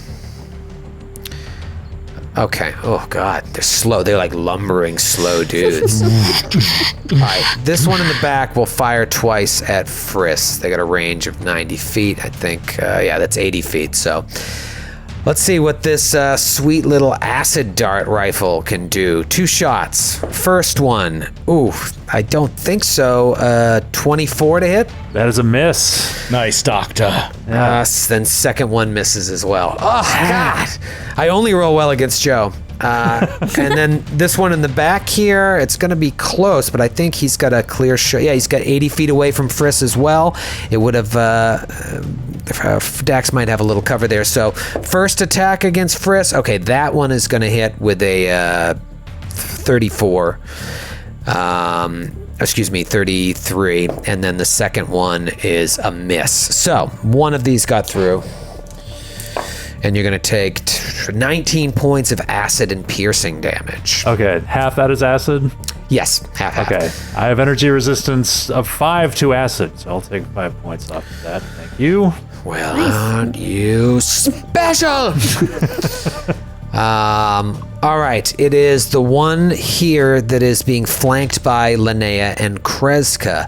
Ooh. I kind of want to take, as much as Linnea is a pain in my butt, he's going to let his buddies down south take care of Linnea because he's got that sweet flank bone on Kreska. He's going to pull a hand off of his rifle, and you see that gauntlet that you saw in the image. Let me show you the image one more time, just so you remember what these complete badasses look like. That gauntlet starts to power up, and he punches twice at Kreska just with this sweet ass pulse gauntlet. First attack is a miss. Second attack is a hit. I'm saving you the time of reading the numbers because the first roll was a 3 and the second roll was an 18. All right. Ooh, a 5 and a 6 on 2d6. That's going to be 20 points of straight up bludgeoning and sonic damage. Just hit you with a little bludge song. Oh, a bludge song. Kreska, how you doing? You've taken a couple of licks. I mean, yeah, I took a couple of licks. We into your HP yet? We're getting there? No. All right, shut up. I mean, we're always getting there. We're always getting there. Licks aren't so bad. It is Callum's turn. How many licks does it take to get to the center of a Callum? Find out. The world may never know. Oh, I know that reference. It's a Tootsie Roll. Hey. It's the Tootsie Roll. It's the Tootsie Roll. Callum is going to move his 30 feet, getting a little closer, still invisible. Yep. And then he is going to cast that funky spell I talked about earlier, my Technomancer summon creature.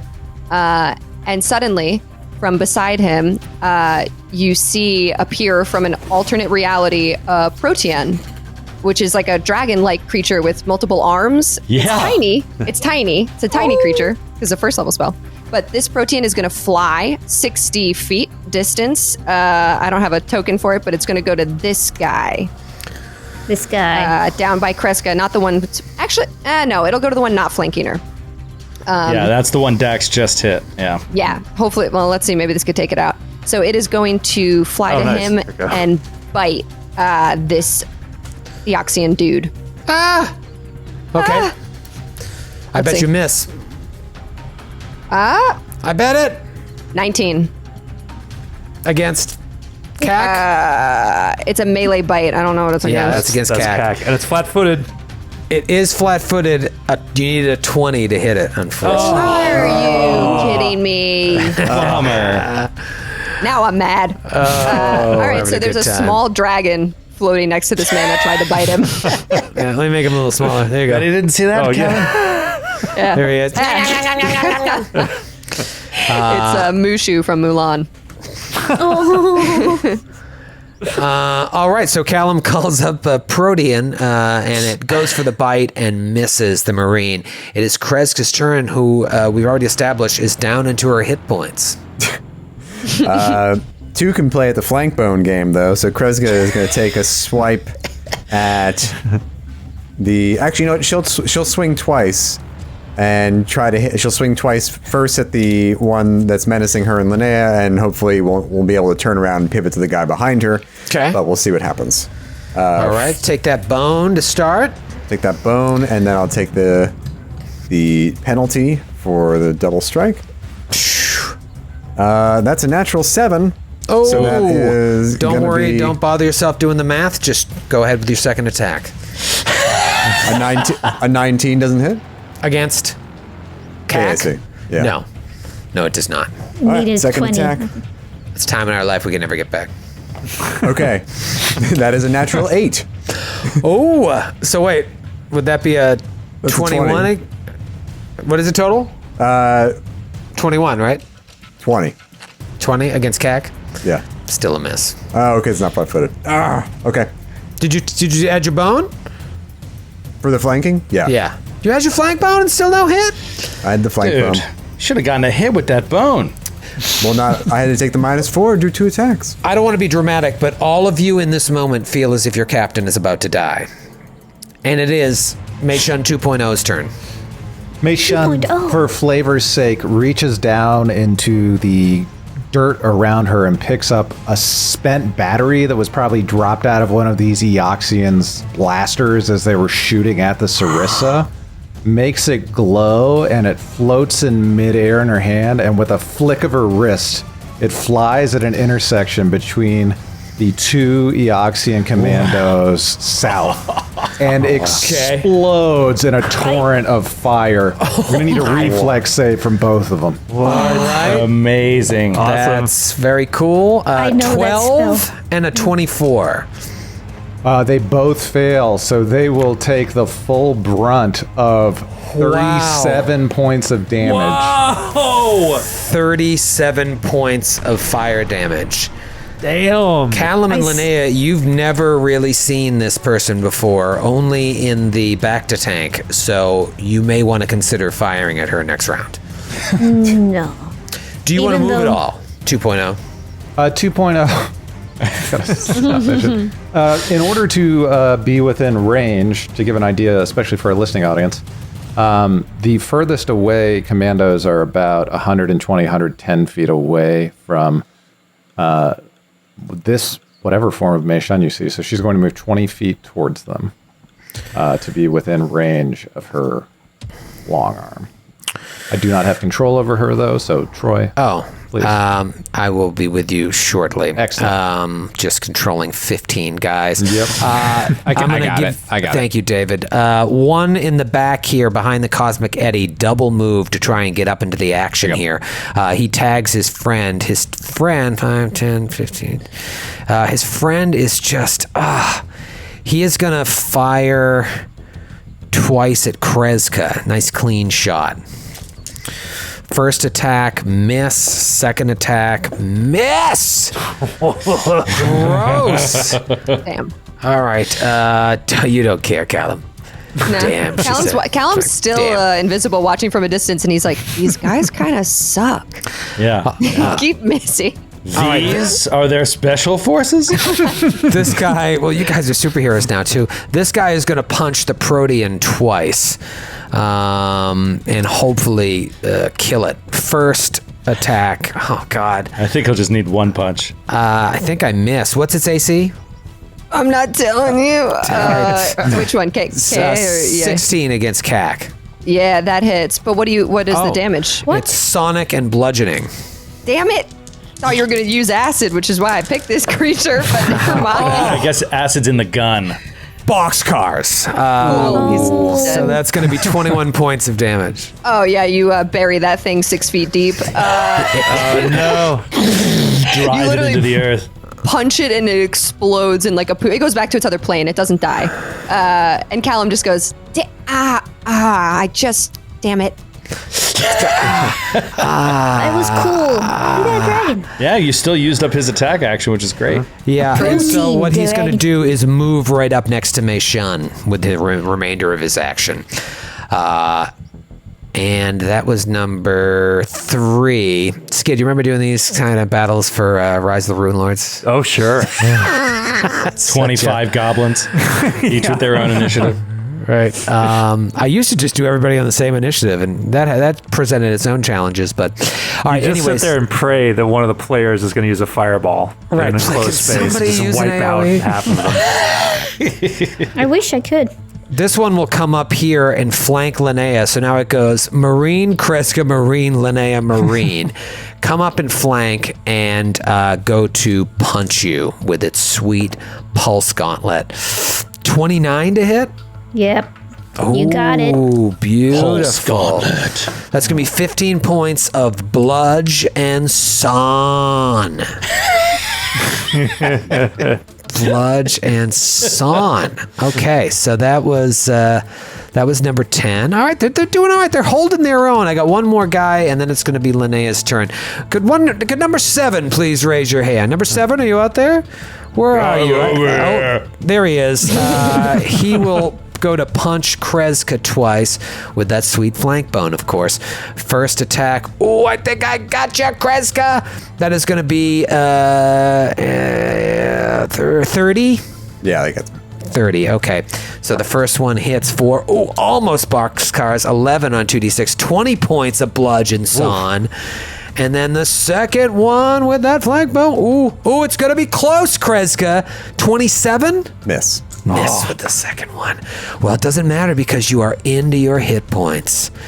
Still not true. Damn it. It's Linnea's turn. Top of the new round. Linnea, you look across the Eoxian right in front of you, and you see that Kreska is moments from death. Yeah. What do you do? Put her out of her misery, or fire off 2 rounds of Meishan? You can't let them take her. I'm considering Cleveland. I'm considering Don't let them eat me. You know what to do. Can you do Cleveland when the enemies aren't adjacent? Do they just need to be adjacent to you? That's what I was wondering. I think. So okay, flanking and cleave are 2 things you've never understood. Well, but the thing is, she's a ribbon. She's a ribbon. You can't use the flavor of the ribbon to change the rule of the game. Yes. Fuck you. All right, I'll do it.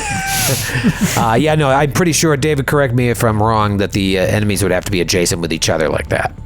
Yes, or like explicitly that. they do. Or like that. Yes. Pretty much any way except the way they are. Yeah. You're allowed now, to, if you want to guys. leave that one over there, Troy, I won't take the attack of opportunity for it to move over there. Okay, he's going to the bush over here. Yeah, that's fine.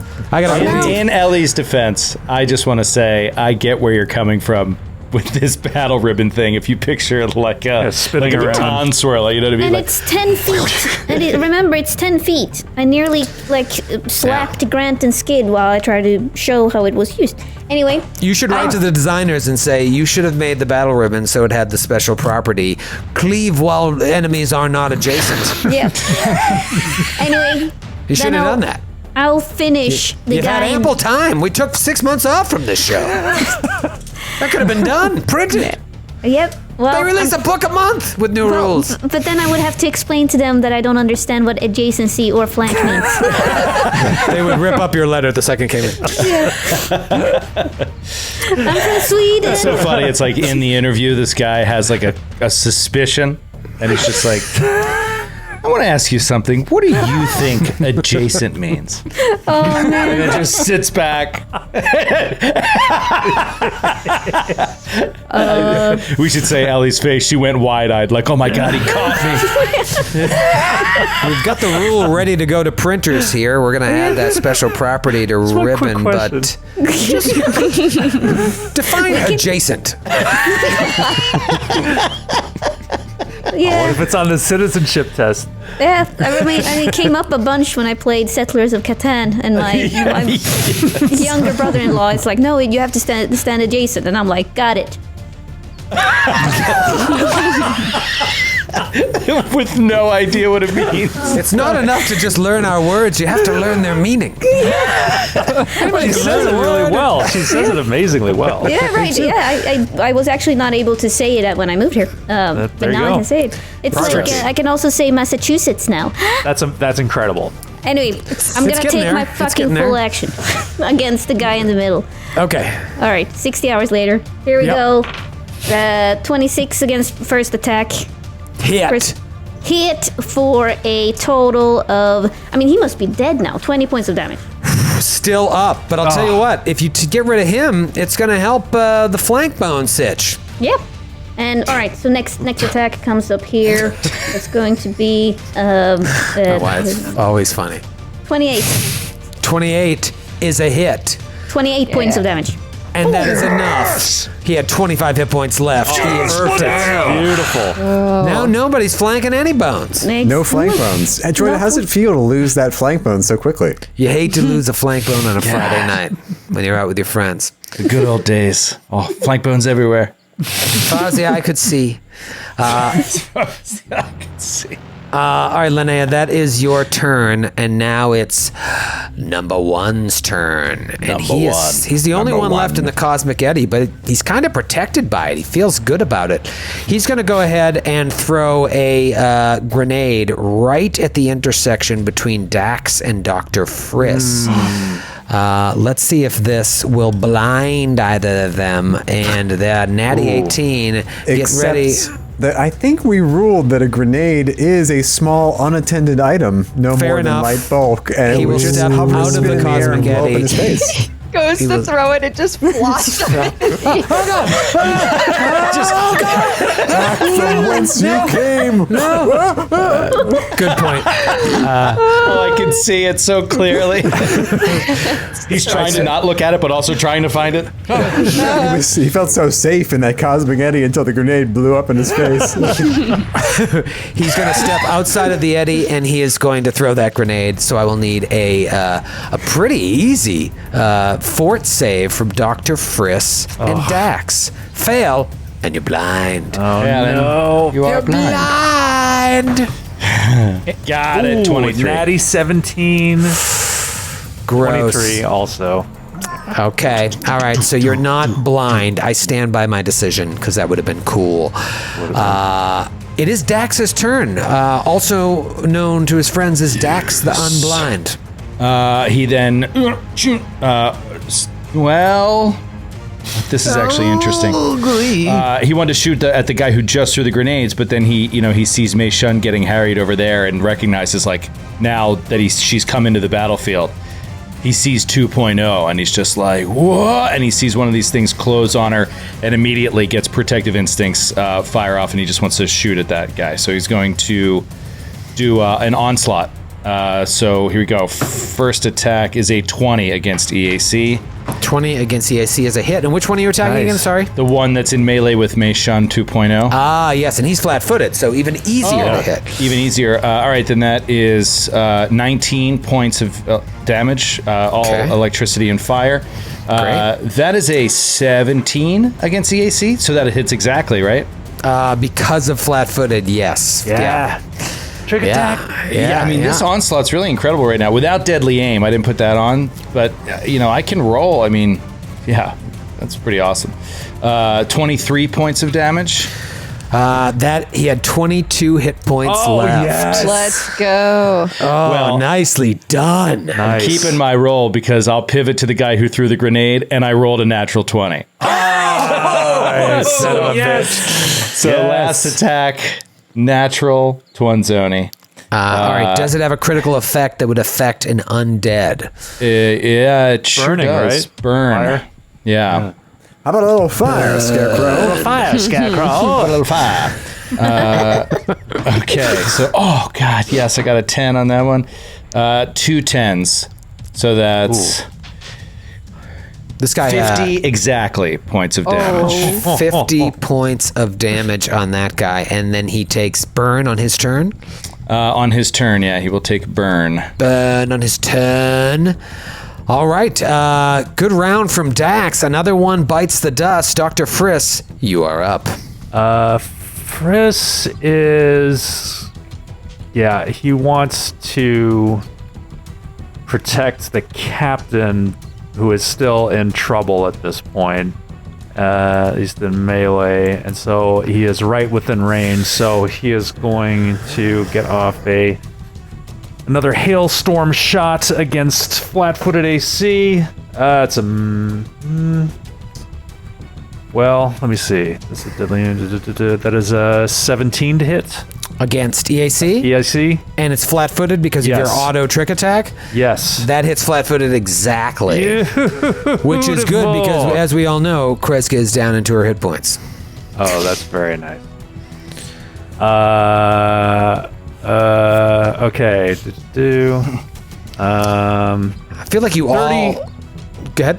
37 points of damage. 37, and that all goes through DR, right? Yeah, that's cold damage, yeah. Yeah, that's right. So at this point, you guys all can bypass magic DR with your attacks, which is pretty sweet.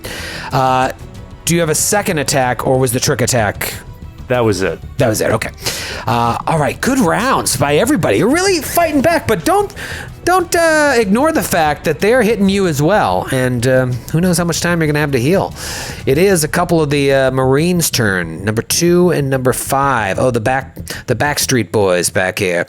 They do a little dance routine in unison, and then they fire away. This first one down here is going to take 2 shots at Meishan. It is within range of Meishan. It is out of 1 increment out of range for the other guy. So first one will take 2 shots at this Lashunta it was hunting down. You realize that it was following footsteps out of the Sarissa into the brush to try and see, what is this? We see footsteps going to the control station, but who is this? It was Meishan. Nice. All right, first attack is going to be 28 against one of your ACs. That's exactly my kinetic AC. Yikes! When it's interesting when it's acid and piercing. Is it still CAC, or is it? If use the one you prefer? If it's both, it's then CAC because CAC is also in general the higher one too. Right. So. Very well then. Not great damage, 14 points of acid and piercing damage. And then the second one comes in hot with a natty 19 for a little bit better damage, 16 points of acid and piercing. Now this guy in the back, he finishes his little dance and then oh man, those cosmic eddies just changed everything. I wanted to get more up in melee, force you guys to do different things. He'll take 2 shots at Dr. Friss. First one is going to be 23 to hit. Miss. And then the second one was sitting on a natty 16, fell to a 6, and that one is a miss. It goes back to Callum, who's slowly been creeping his way back up into the fight. Yes, Callum is going to creep a little bit more. He's not a creep, Ellie. Look at absolutely. He creeps a little bit more up in front of Dr. Frisk, closer to the melee, but still keeping a distance. And he is going to blow, you don't even see what it is, towards the guy flanking Kreska to the left. And suddenly he's surrounded by almost invisible nanites that turn the water vapor around him into acid. Oh, no. Cool. So I'm going to roll to hit. Your EAC, that's absolutely going to hit. That's a natural 19 plus 11 to hit your EAC. Yep, that'll hit. Nice. You're going to take 4d4. Let's see if I can roll high. Come on, Sidaroon. Not bad. That's going to be 11 points of damage. And then on your every turn, how many rounds? Oh, God. Each round for the spell's duration, 5 additional acid damage at the end of your turn. Not bad. Classic Callum. Nice. Kreska, you're in a bit of a pickle here. Do you want to use that Mystic Cure 4th level spell right now on yourself to get back into not being into your hit points? I'm not going to do that. In fact, I'm going to take I'm going to take 2 I'm going to spin around and take 2 attacks on the guy that was previously flanking me. Cool. I think my chair sank.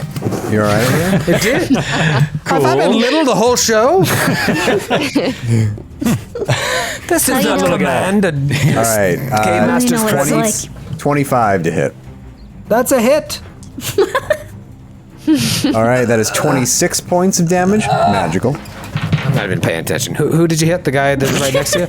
Yes. Actually, I take it back. It is not a 25. It is a 21. Against KAC. Oh. Well, is he flat? Did Frisk make him flat-footed to everybody? Then that actually will hit, yes. Nice. I just want you to know how pathetic you are without Frisk. Matthew. Okay. That is a 22 to hit. Okay, wait, how much damage on the first one?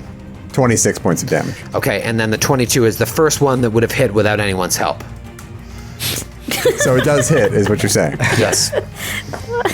Okay. Without the aid of more competent characters. 31 points of damage. And that is enough to eliminate him. Yes. Amazing, dude. We are not to be trifled with. I know. not. At this point.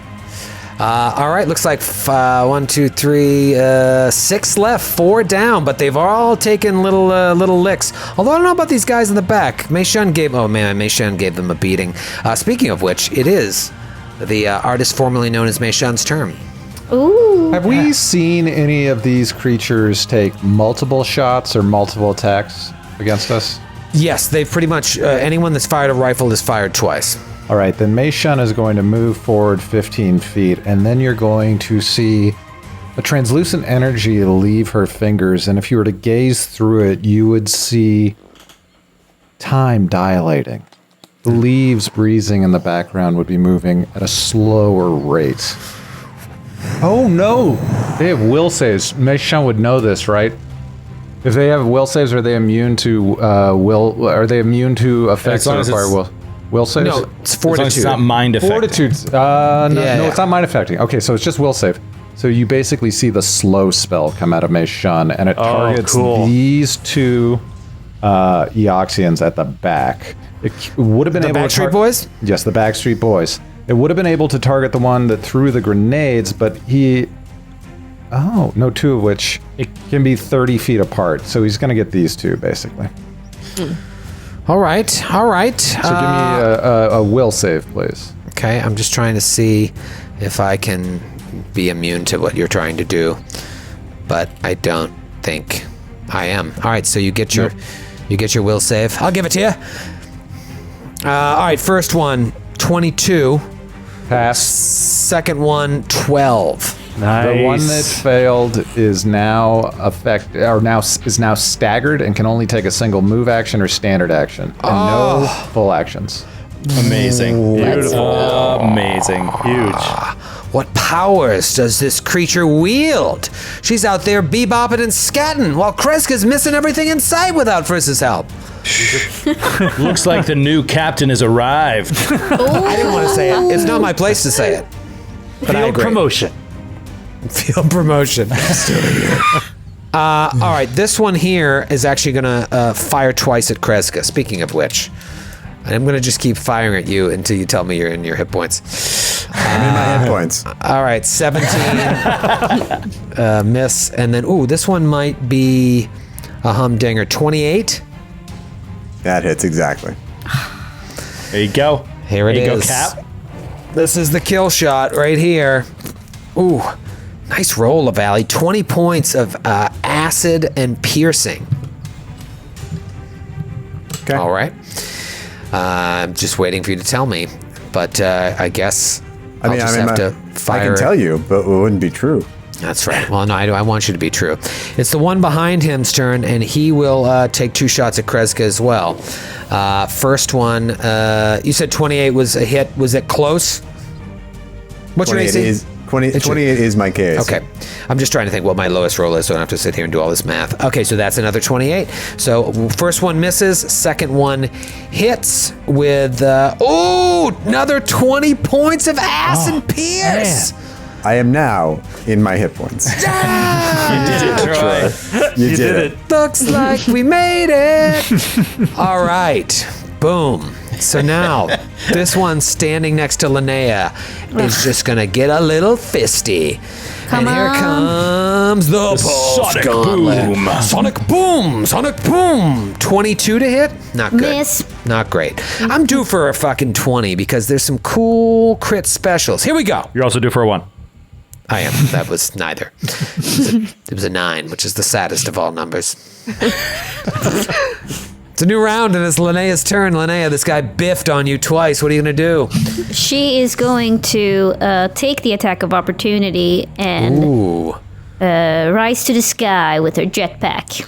It goes to try and uppercut you in the taint. Natural 11. Which Yes, is... you're fine. Yep. And so she gets up, and while she's mid-air, she's going to supercharge her weapon. And that's her turn. Good turn. And my That's plan from is above. my plan is to do cool stuff, Troy. So if you're cool, then you shouldn't move stuff. You got ahead of yourself. Had you not said anything, maybe I wouldn't have. But now, of course, I'm going to split them up.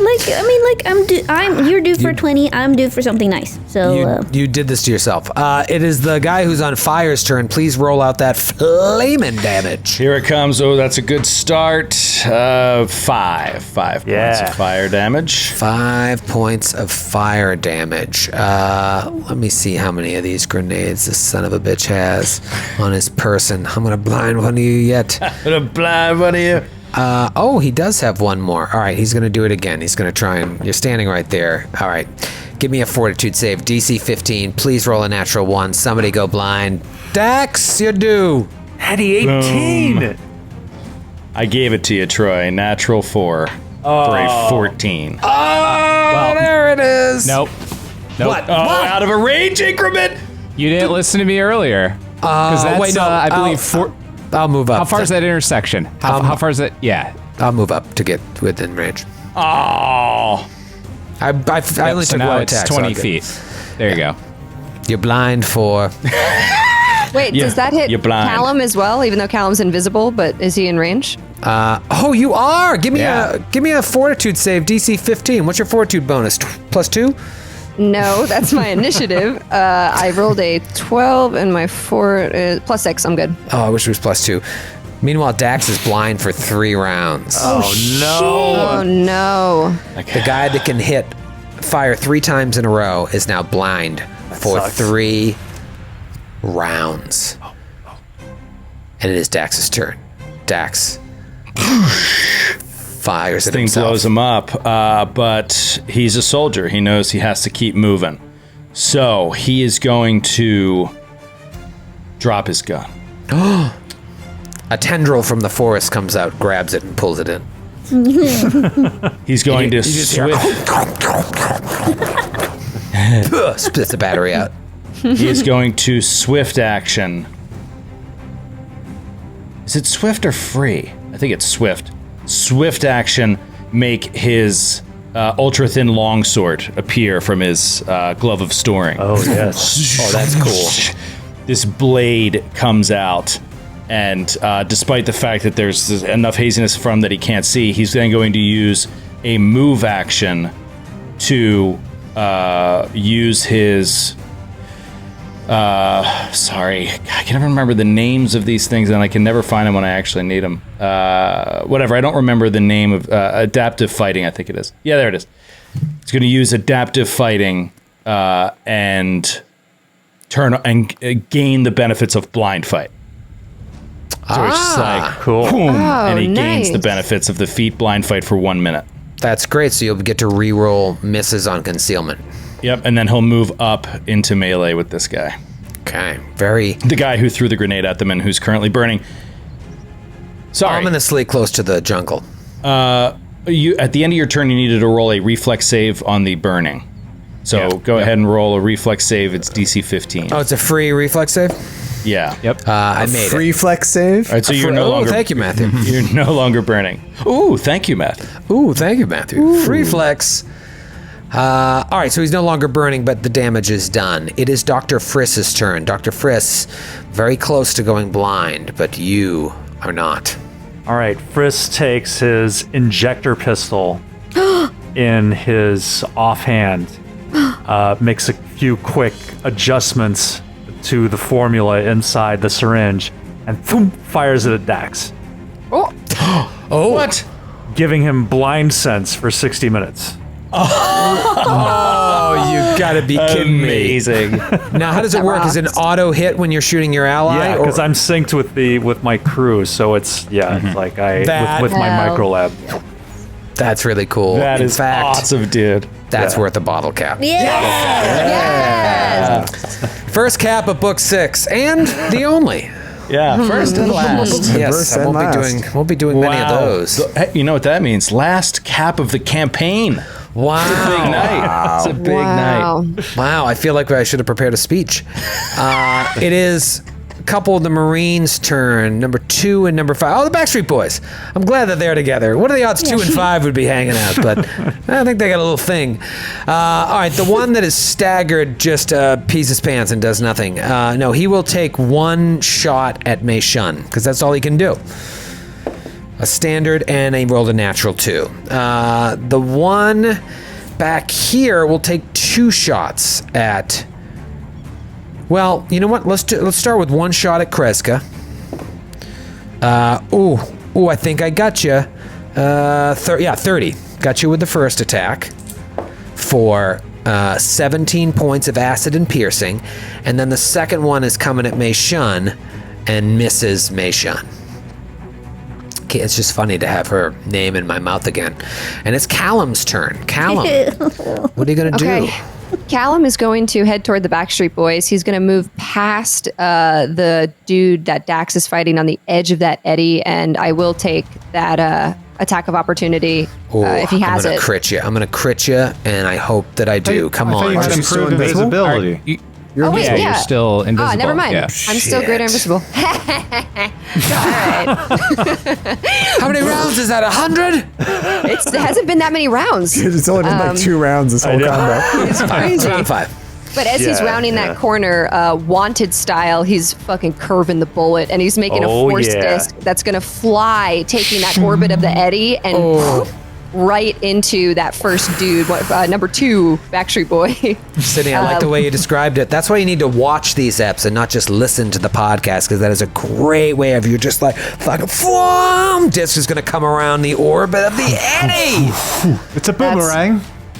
Definitely going to hit. What is the plus? Oh, yes. That's a 24. On the first one? Or wait, sorry, 25 on the first one. Yes, that is a hit, and that guy has not been hit yet. Ooh. Oh, sick. First hit. Oh, let's see. And I get to roll the 3d6 for him. Well, la-di-da. 12 damage to him. Okay. And then it's going to bing onto the next dude. Let's see if I can hit off the thing. That's probably not going to hit. 18? 18. Does staggered give you any penalties to your AC? Not to my knowledge. All right, then no, that is a miss. All right, so yeah, just whoosh, the force moves on and turns to wind as it goes by, and that's my turn. Awesome. Nice work, Callum. It is Kreska's turn. Roll to stabilize. Such an asshole. It's 2 resolve at this point, right? I think you're. Did you get another resolve at 11th level? I would Mystic Cure yourself. Okay, I need these Backstreet Boys, the Backstreet Boys. That's over in here. sync. That's in sync. Yeah. Oh, that's Because in they're sync. both going to move away from whatever Linnea thinks going to do in sync. No. Yeah, whatever. Quit playing games with my heart. Not bad, Ellie. You're not going to charm me into changing my tactics, but it's pretty good. Kreska again reaches out, and as if she's pulling out of the ground these shadowy tendrils that leap up and grab the 2 of them, and I'll place the it's a 20-foot radius. I'm gonna actually center it back behind them, so they're just on the edge of it, and then they have to roll a save that I just clicked out of. It's a will save. Thank you. All right, so something like that. Sure, yeah. Basically, so Linnea can still get up to them and not be in the eddy herself. Right, Yes, okay. nailed it. So, reflex Cool. save? Will. All right, so save. reflex? Will. Here we go.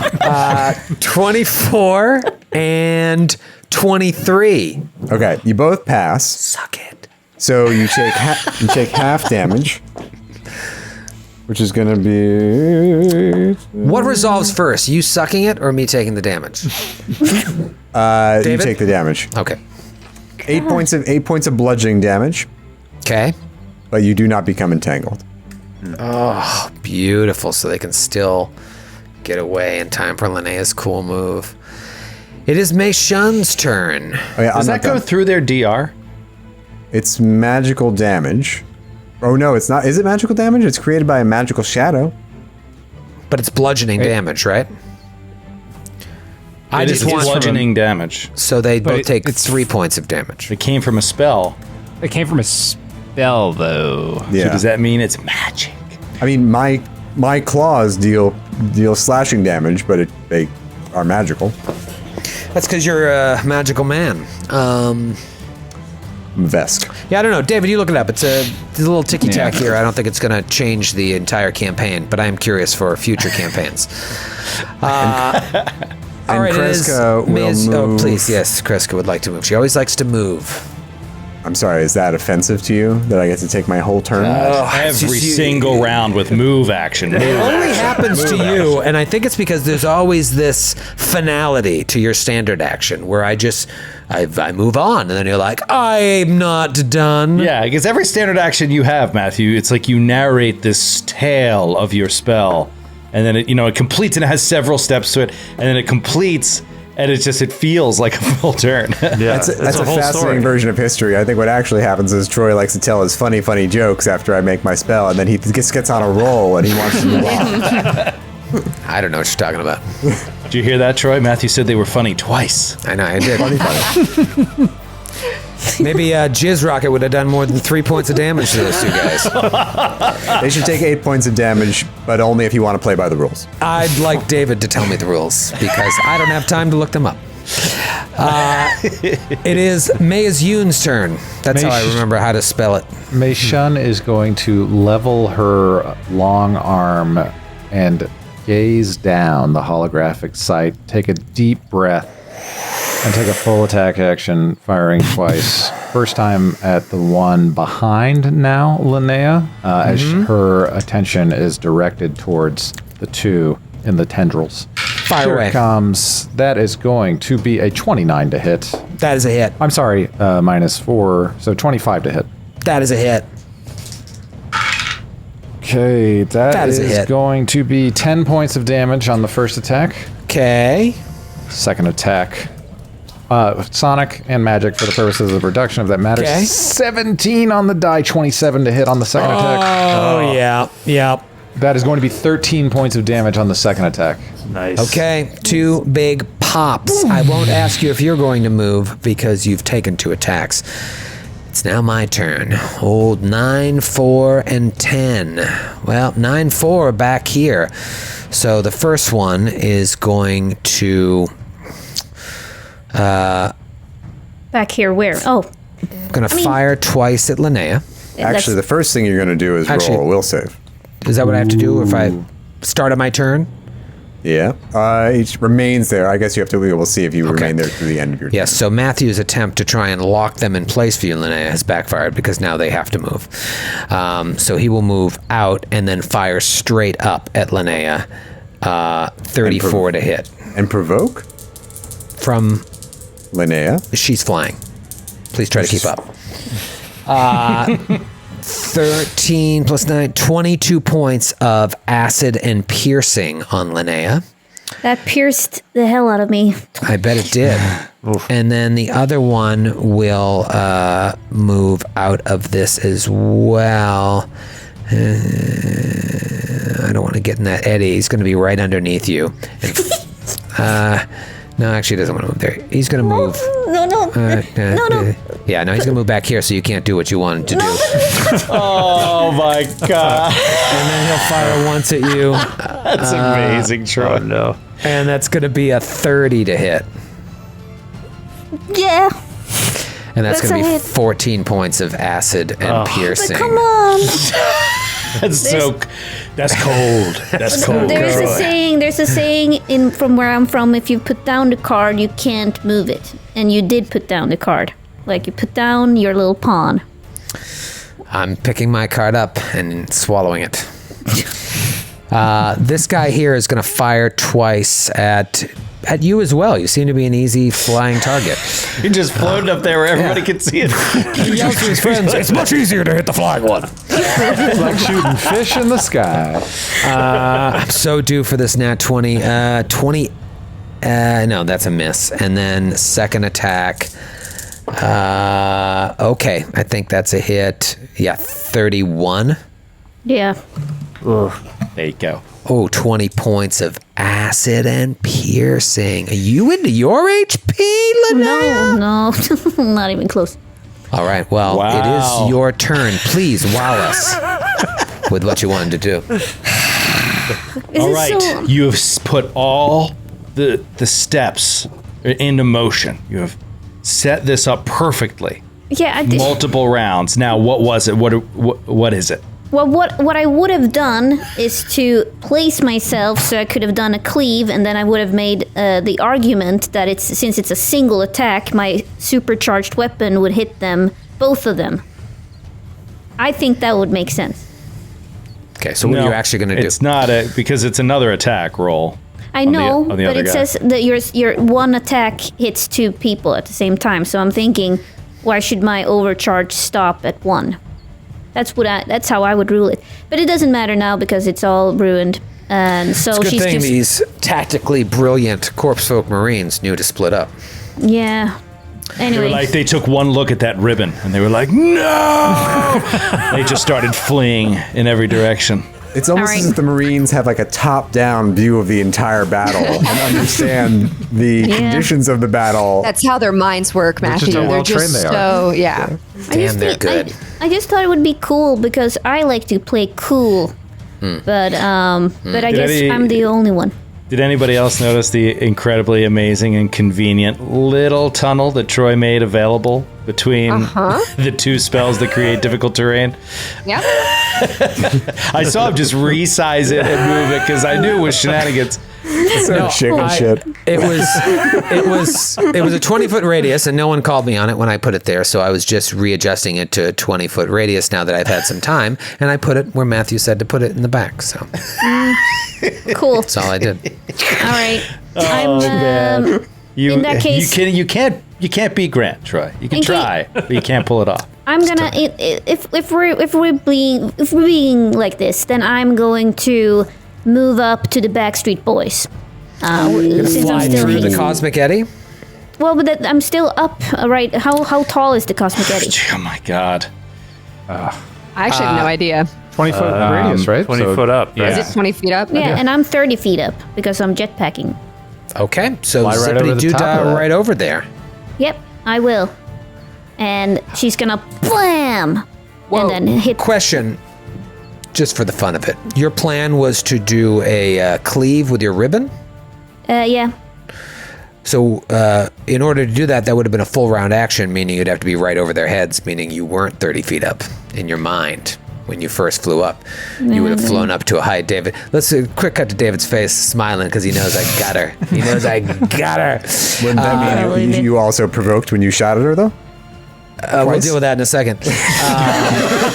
If your plan was to cleave, then the whole time you're thinking, I have to be right adjacent to them, flying directly over their heads, which would be like 7 or 8 feet up. But now magically you're 30 feet up.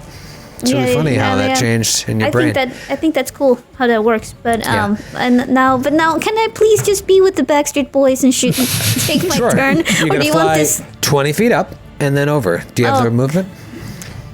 No, fuck it then. All right, all right. You can she's- fly diagonally. Yeah, I think I'm too far away.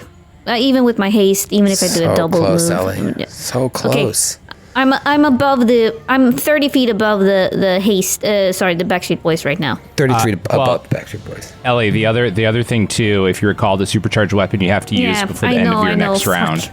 This is so bad. Okay, since I haven't put down my card, then I'm gonna just slam down where I was and then hit this guy that's standing underneath me. That's Okay. almost underneath me. I like and that it. might provoke. Yeah. Yes. Yes, but you know what? You didn't take a provoke against him, so we'll call it even. Yep, cool. Here comes my attack. Natty 20. Yeah! I'll take the attack of opportunity. All right, so that's going to be double damage, and I don't know if you have any special props on your web. Nanite. Nanite burst. She's broken. Nanite- Everyone, she's broken. Somebody reboot Ellie. We've lost Ellie. Critical effect, you take acid damage, and also you're nauseated for 1 round. Unless it's a fortitude save. Fuck. So Yeah. Fuck. Undead Yeah. don't get nauseated. All right, so just give me the double damage. yeah. So first one, isn't it the roll twice for damage? Roll twice, yes. Yes. So first one is 28 points of damage, Okay. and the second Jesus Christ, plus my 4d6s. Jesus. Because I'm supercharged. Yeah, you don't double that, though. Yeah, you do in Starfinder. You do. Oh. Yeah. Pardonnez-moi. Wow. Oh shit. So An additional 86. Yeah. Holy shit. so What a that's time to crit. So that's 24 extra points on that first. Wow. Don't even bother rolling the rest of your damage. He's going to be dead by the time we're done with this. Nice. So describe it. Describe this supercharged ribbon kill. Well, I kind of want to then have it like go downwards, like it's pointing downwards, and she's actually landing on top of him, splitting him in the middle. Oh, I like that. So with the force of coming down with the jetpack, you just slice him in half like a Mortal Kombat villain, and he goes from side to side. Classic BattleTech death from above move. Yeah. Awesome. I think that would be cool. That's great. All right, it is number one's turn. He's standing toe-to-toe with a blind Dax. You do have blind sense, but do you still take AC penalties for actually being blind? No. No. Well then. Not to my knowledge. I mean, I know I don't take the penalty from being hit by foes I can't see. For being attacked by foes I can't see. I don't take a penalty for that, like a flat-footed penalty. All right, then. Here comes a couple punches from the gauntlet. First one, natural 2. Second one, natural 7. So miss, gauntlet. Wow. And now it's your turn, Dax. I feel like your characters are always blind, Joe. Well, I think this biohack, the way I see it, it zoom and ejects him with this material, and it just enhances like all of his other senses. So he's like Daredevil for an hour. Yeah, I love it. He just he triggers it and he's gonna go onslaught again. Yeah. So 3 attacks with the sword against this dude, and you take no penalties now, right? You can see him as if he's I can re-roll the mischance. So here we go. So blind sense just lets you know he's there. Right. Yeah, blind sense means that I could move toward the guys in the back now, and move right in the right direction. And blind sight or blind fight means I don't have to. I can move my full speed. I got you. So those two things synergizing is awesome. Yeah. So hopefully I get this guy right out of the gate. But let's see. First attack is oh no, it is an 18. Against KAC, and I rolled a 50 on the mischance, which is a fail, right? So I'd have to roll again. Anyway, it's a miss anyway. Miss. Second swing is a hit and a miss on concealment. Reroll the concealment. And a 55 on the second. There you go. Totally worked. It still says he's on fire, but that's not true, right? That's not true. He is not on fire. All right, so he big is not on fire. This was huge damage. 31 points of damage. Oh, hell Great yeah. roll. All right, you need another hit here. All right, last hit. Come on, O'Brien. Come on, dude. That's an 18. No, it misses. Yeah, your next feed, you need to take something that reduces that penalty. I don't even know if it exists, but -6. It's tough. Yeah, but I mean, I just rolled crappy. It's not like I needed a 14 on the die. I needed a 10 on the die. Dr. Friss, you are up. All there right. are 4 of these guys. 1, 2, 3, 4 left. 5 left. All right. Friss has a clear shot on the one that Dax just blind sensedly attacked. So he is going to do a deadly aim trick attack against him. That is a 25 against EAC. Oh, yeah. All right. And that is my Hailstorm pistol. And and oh wait, no, that's wrong. Sorry, I'm so bad at this. It's all right. I really am. Asking me to think quickly is it's bad. the worst. Ellie, you know what I'm talking about, right? Oh yeah. But Skid, you're like a Bond level villain, and that's your only weakness. Okay. Like kryptonite, thinking. Right, that's how Bond would get you. Think quickly. Just ask me for a witty pun. 31 points of damage and flat-footed until the beginning of my next turn. You notice something. He's not flat-footed because he's dead. Yes. He's flat. Freeze. Corpse. Look at this synergizing. I love it. He's just flat. All right, it is down to 4 of these guys. Number 2 and number 5, the Backstreet Boys. These guys have got a lot of HP. Callum, you're still invisible. I don't care for that. So this guy in the back, I'm still feeling good on hitting Dax. So he's gonna fire off 2 at Dax McGillicuddy. First one is gonna be a miss. Second one is gonna be a natural 1. There it is. Let's go. While you look up that fumble, the one in the back here still staggered, right, Meishan? Correct. Okay, so he's going to just get 1 shot off, and I'll fire it at Meishan because he's mad at you for casting a spell on him. He doesn't like that. 27 to hit. Miss. Miss! Whoa, nice. Talk to me about that nat 1. You knew it was coming. I thought I'd get the 20 before the what? Sorry. I was making sure I wasn't cheating with blinded, and I was not cheating. It does not automatically change your AC or anything. It's just on skill checks and perception shit. All right. Well, Brian in Medford, Oregon. Catastrophic failure. That sounds good. Sounds juicy. Your weapon's ammunition ignites and causes your weapon to explode. Oh, wow. You take damage as if a grenade explodes in your hand, and your weapon is destroyed. You get a reflex save. It halves the damage and does not destroy the weapon. It gets the broken condition, though. My God, what if one of you got that to one of your sweet-ass weapons? One of your, sweet-ass weapons, I know. Skid and Joe would leave the game. Well, you get a save. They would leave the game. Skid definitely would. I would definitely leave. All right, reflex save. Got it. 24. Okay, so you have the damage, so do a grenade explosion. What's that, of a consummate level with the weapon. 4d6, we'll say. And then you have that damage, and the weapon gains the broken condition. 7, 8, 9. All right, so I'll take 6 points of damage, and my weapon is got a -2. All right, lame round for those guys. Let's keep it going. We're going long in the season premiere, and it's Callum's seriously turn. long.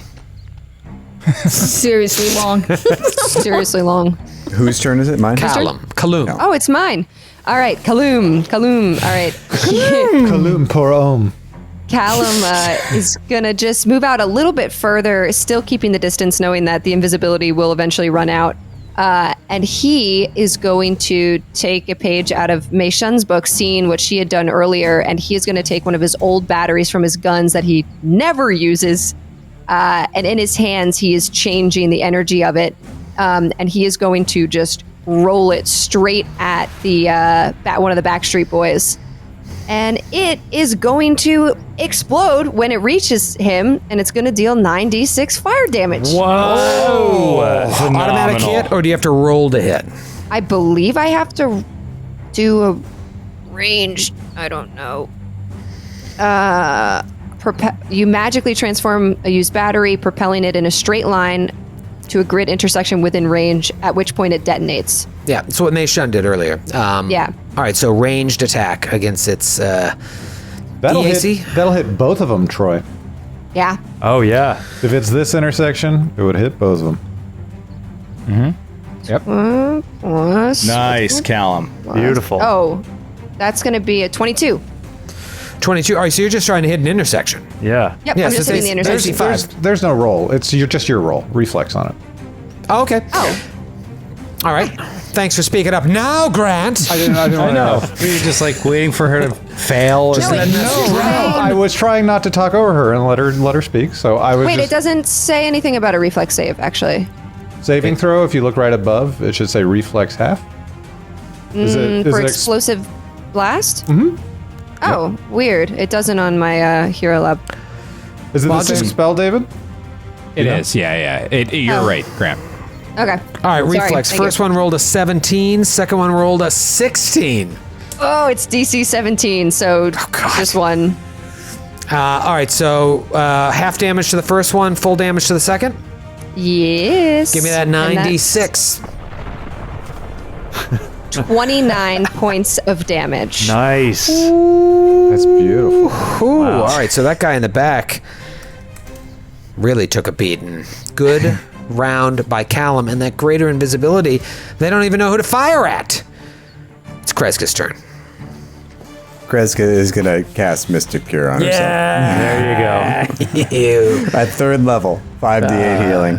And then she is going to, I'll roll that in a minute, and then she is going to move to get into combat with this remaining Marine. Brave.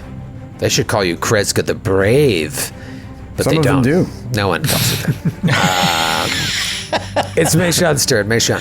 All right, Meishan sees this strange lizard-like person move into combat with this even stranger undead commando and will aid the lizard-like person. That is going to be a hit, I think, with a 24 to hit. Yeah. First attack. 12 points of damage. And did you take the -4? No, I didn't because I don't have precise shot, so that's 20 to hit. No, not. Do they have precise shot? It's just because of multiple attacks. Yeah, I did take the -4. That's what I did. Okay, then yeah, that is a hit. And how much damage? 12. 12. Okay, second attack. Second attack is a 27. So, Oh, yeah. roll rocks, Nice. but no crits. 20 points of damage, almost max damage. Okay, chipping away. It's time for 4 and 10's turn. Linnea's. Your friends are all dead, 4 and 10. How do you feel about that? All right, 4's way in the back there. 4 is going to fire twice at Linnea. I'm telling you, the crit's coming. I have stuck with the same die all day. First attack is a 25. Nothing, right? Against KAC? Yeah. Yeah, miss. Okay. And then second one is a miss. And then the one right next to Kreska will go punchy. First one is a 26. KAC, miss. Poop. And then second one is a miss. So they're floundering here. They're in rough shape. Top of the next round, it's Linnea's turn. Linnea is going to finish the man who got away and go for that guy. So she can do a full attack with her haste circuit still activated. Okay, she's able to move and do a full attack with the haste. Yeah. And I don't think that provokes since it's the top of the round, right? And he can't there's something rule That's that not I how have. it works, but Okay, never. you're just flying up to him, so you didn't move into a threatened area. I'm not flying, I'm running since Okay. since I landed. Why All would right. it provoke then? I thought it was I wasn't sure if sometimes it provokes when you have a ranged thingy, and I wasn't sure if that also was weapons. Yeah, if you're taking a ranged shot from 5 feet away, it'll provoke. Are you using a ranged weapon? No, I'm not. Okay, so I don't know what the hell you're talking about.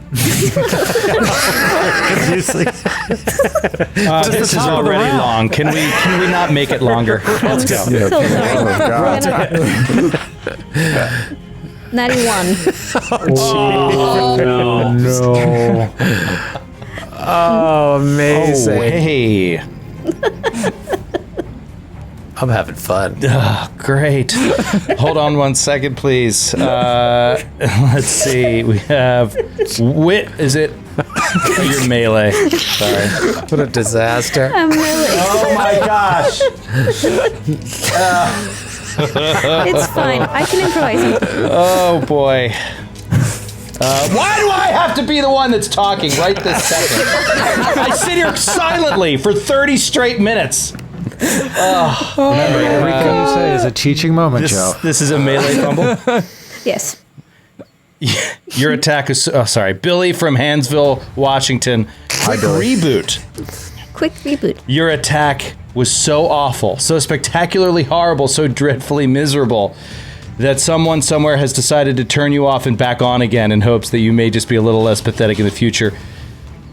You lose consciousness for an instant and drop prone, also dropping anything you're holding in your hands. You immediately wake, but you are prone and weaponless. Oh my gracious. Oh my goodness. And that's the end of your turn, I think. Well, you moved up there with the haste, so you still technically have a move action left. But if you stand up, it will provoke. And you got to grab your weapon. You want to just grab your weapon and lay on your back? Well, no. Remember how haste works, though, Yeah. right? Because it just adds movement speed, and then you can get a move if you're doing a full attack. Yeah. So exactly. So I don't So think you're I done. can do anything. I'm prone. Also, I looked it up. Prone means that you're lying on your stomach. Ah, well, either way, you're useless. And it is Dax's turn. Dax, Linnea has fallen. You can't see that through the Cosmic Eddy. What do you do? Dax didn't hear the beginning of that phrase, I think. Yeah, sorry, I missed it. Dax, you're up. Linnea, you assume has died. Right, he says, finally. And now my plans can begin. Step one is complete. Step one is complete. All right. He's going to swift action enact his haste circuit. Now, we learned what? That in Starfinder, you can't do a swift action and a full attack action in the same round? Is that what we learned? Or what is the reason that I can't activate my haste circuit, take my full move, and attack twice? Because it's a swift to activate haste. Yeah, Right. I don't think you can take a swift if you do a full. Okay, you can in Pathfinder and cannot in Starfinder. Is that what we figured out? If you take a full action, you can't take your usual standard move in swift actions. Okay. In that case, he is going to turn on his haste circuit, move using Friss's blind sense all the way up to one of the Backstreet Boys in the back. Around the Eddy, right? Yeah, around the Eddy. He just has to, it's almost a straight line for him. He was so close to the edge of the Eddy. Yeah. He walks right up to him and attacks once. Okay. And I am going to do a deadly aim for this one because it's just one swing. So let's get him. Here we go. This is the ultra thin longsword. Natural 18 and a 98 on concealment. Nice. Wow. Beautiful. There we go. And so that's going to, oh my God, 8765 on 4d8. Whoa. That is, Oh man, a crit would have 25? this is going to be, it's 46 points of damage. Oh my God. Wow. With the and deadly aim. That guy is only 46 recently points of damage. hit, and so you really messed him up. And it is Dr. Friss's turn. So Callum and Dax are moving to those guys in the back that have been just kind of waiting their time, firing away through the Eddy. Friss, what do you want to do? All right. Friss is going to move down south, close to the junction between the two cosmic eddies. And I think there's a lot of guys in melee. I think since he saw Linnea go down, he's going to try to help her out with a trick attack. Okay. Deadly aim. That is a 23 against flat-footed EAC. Yep. Oh, terrible. 24 points of damage, Okay. but it is flat-footed. Nice. Huge. You want to get that guy down. All right, it is the ones near Dax. The guy that Dax just hit with the longsword stands next to you and tries to punch you. First one misses. Second one misses. And then the guy in the back will try to shoot at you. First attack, 25. No. Second attack, 25. All right, so they both miss, and it goes to Callum. Callum, you guys are almost cleaning house here. What are you going to do? Callum's going right up alongside Dax, maybe giving him a little pat, like letting him know I'm right next to you, buddy. I got you. Nice. And he is going to shoot with his disintegrator pistol, which has a short range, and I never get to use it, at the other dude who still has the staggered from Meishan. That's right. Oh, yeah, I wasn't even able to fire twice Yeah. because of staggered. Yep. All right, let's see. 22. 22 exactly hits. Oh, nice. Oh, I was so confident. You're like, 22? I'm doing so well this app. All right, that's 10 points of damage. Jeez. Great. I never shoot my gun. Math is hard. 10 points of damage. 10 points of damage. Kreska, what are you going to do? I'm gonna take 2 attacks. Come on, Kreska, you do. Come on, Captain. You do. I mean, I already killed one of these guys. You're What else you due want to from do me? something. Okay, It's about time. that is 23 to hit with the claw. Barely. 26 points of damage. Oh, baby, can you hit with a second claw? Come on, finish him. I want to stop. Natural 18. Oh, yeah, you go. Yes. Oh, describe your kill. Yes. So she, with one claw, she like rakes up and knocks his little green face mask off his face, and then the second claw, she comes down and digs right through his face. Like, Awesome. Yes. 3 guys left. Meishan. Oh gosh, Meishan, a little bit affected by these cosmic eddies, has to work around him, but luckily she has brought a beautiful rocket-propelled long arm to the fight. So she's going to take one good shot at the still slowed for like another 8 rounds. Commander out there. Let's see what happens. 17 on the die for a 31 to hit. Nice. Oh, are you aiming the staggered? Yes, Yeah. exactly. For 10 points of damage. Okay. Boom. Gun must sound awesome. And after the concussive blast wears off, just in case, I think these eddies stay around for a long time. So Meishan's going to move around so she can continue skirting the edge of the eddy. But in case this goes any longer, she needs to be on the other side to have her spells not affected by the winds of the eddy. So that is her turn. All right. As Linnea lays on the ground, weaponless, this corpse folk marine will shoot at her twice, point blank. Just Can I not take an unarmed attack of opportunity, even if I'm prone? do you? I don't know if you, David. Yeah, why not? I think you threaten with unarmed weapons in Starfinder. Yeah, that's I don't right. remember. I couldn't remember, but yeah, sure, try. Yeah, Go nuts. because I took a feat that I have improved on an unarmed strike. Yeah, so let's say yes. 25 points. 25. Sorry, attack against. 25 against. The fumble wasn't against you; it was against your character. You've been on the whole time. Yeah, 25 is a hit. Roll for damage. Actually, You do not she's prone. threaten with unarmed attacks unless you have improved unarmed strike. Yeah, that's what. Yeah, Ah, I do. And so Well done. 26 points of damage. Oh, beautiful! Nice. Nice. Right in the balls. Right in the balls. Unfortunately, he's got. Good, David. you're prone though. You're prone, so that attack is also at a -4, which would get it, I believe, to a 21 to hit, which against kinetic is a miss. However, he is flat-footed from Friss, again saving the day, which is going to bump you back over. MVP! Excellent, Thanks to So, Friss. MVP! Those balls are still. How did you do 26 points of damage with your fist? That's incredible. I mean, she's really strong. that's what Kreska does with her unarmed strike too. I have Yeah. 2d6 plus 20 at this point. Fortunately, the barrel of the gun, this dual acid dart rifle, is being pointed at your face for 2 shots. It's real close range here. Real It's just close a dart range. gun. This whole time we've been fighting these guys, and they have Acid dart guns? misses for some reason. I think he's because his undead nuts are aching. Yeah. And then the second one is going to, I think this might be a hit. 29? Yeah. 29. The But old. also, You have a bonus to your AC.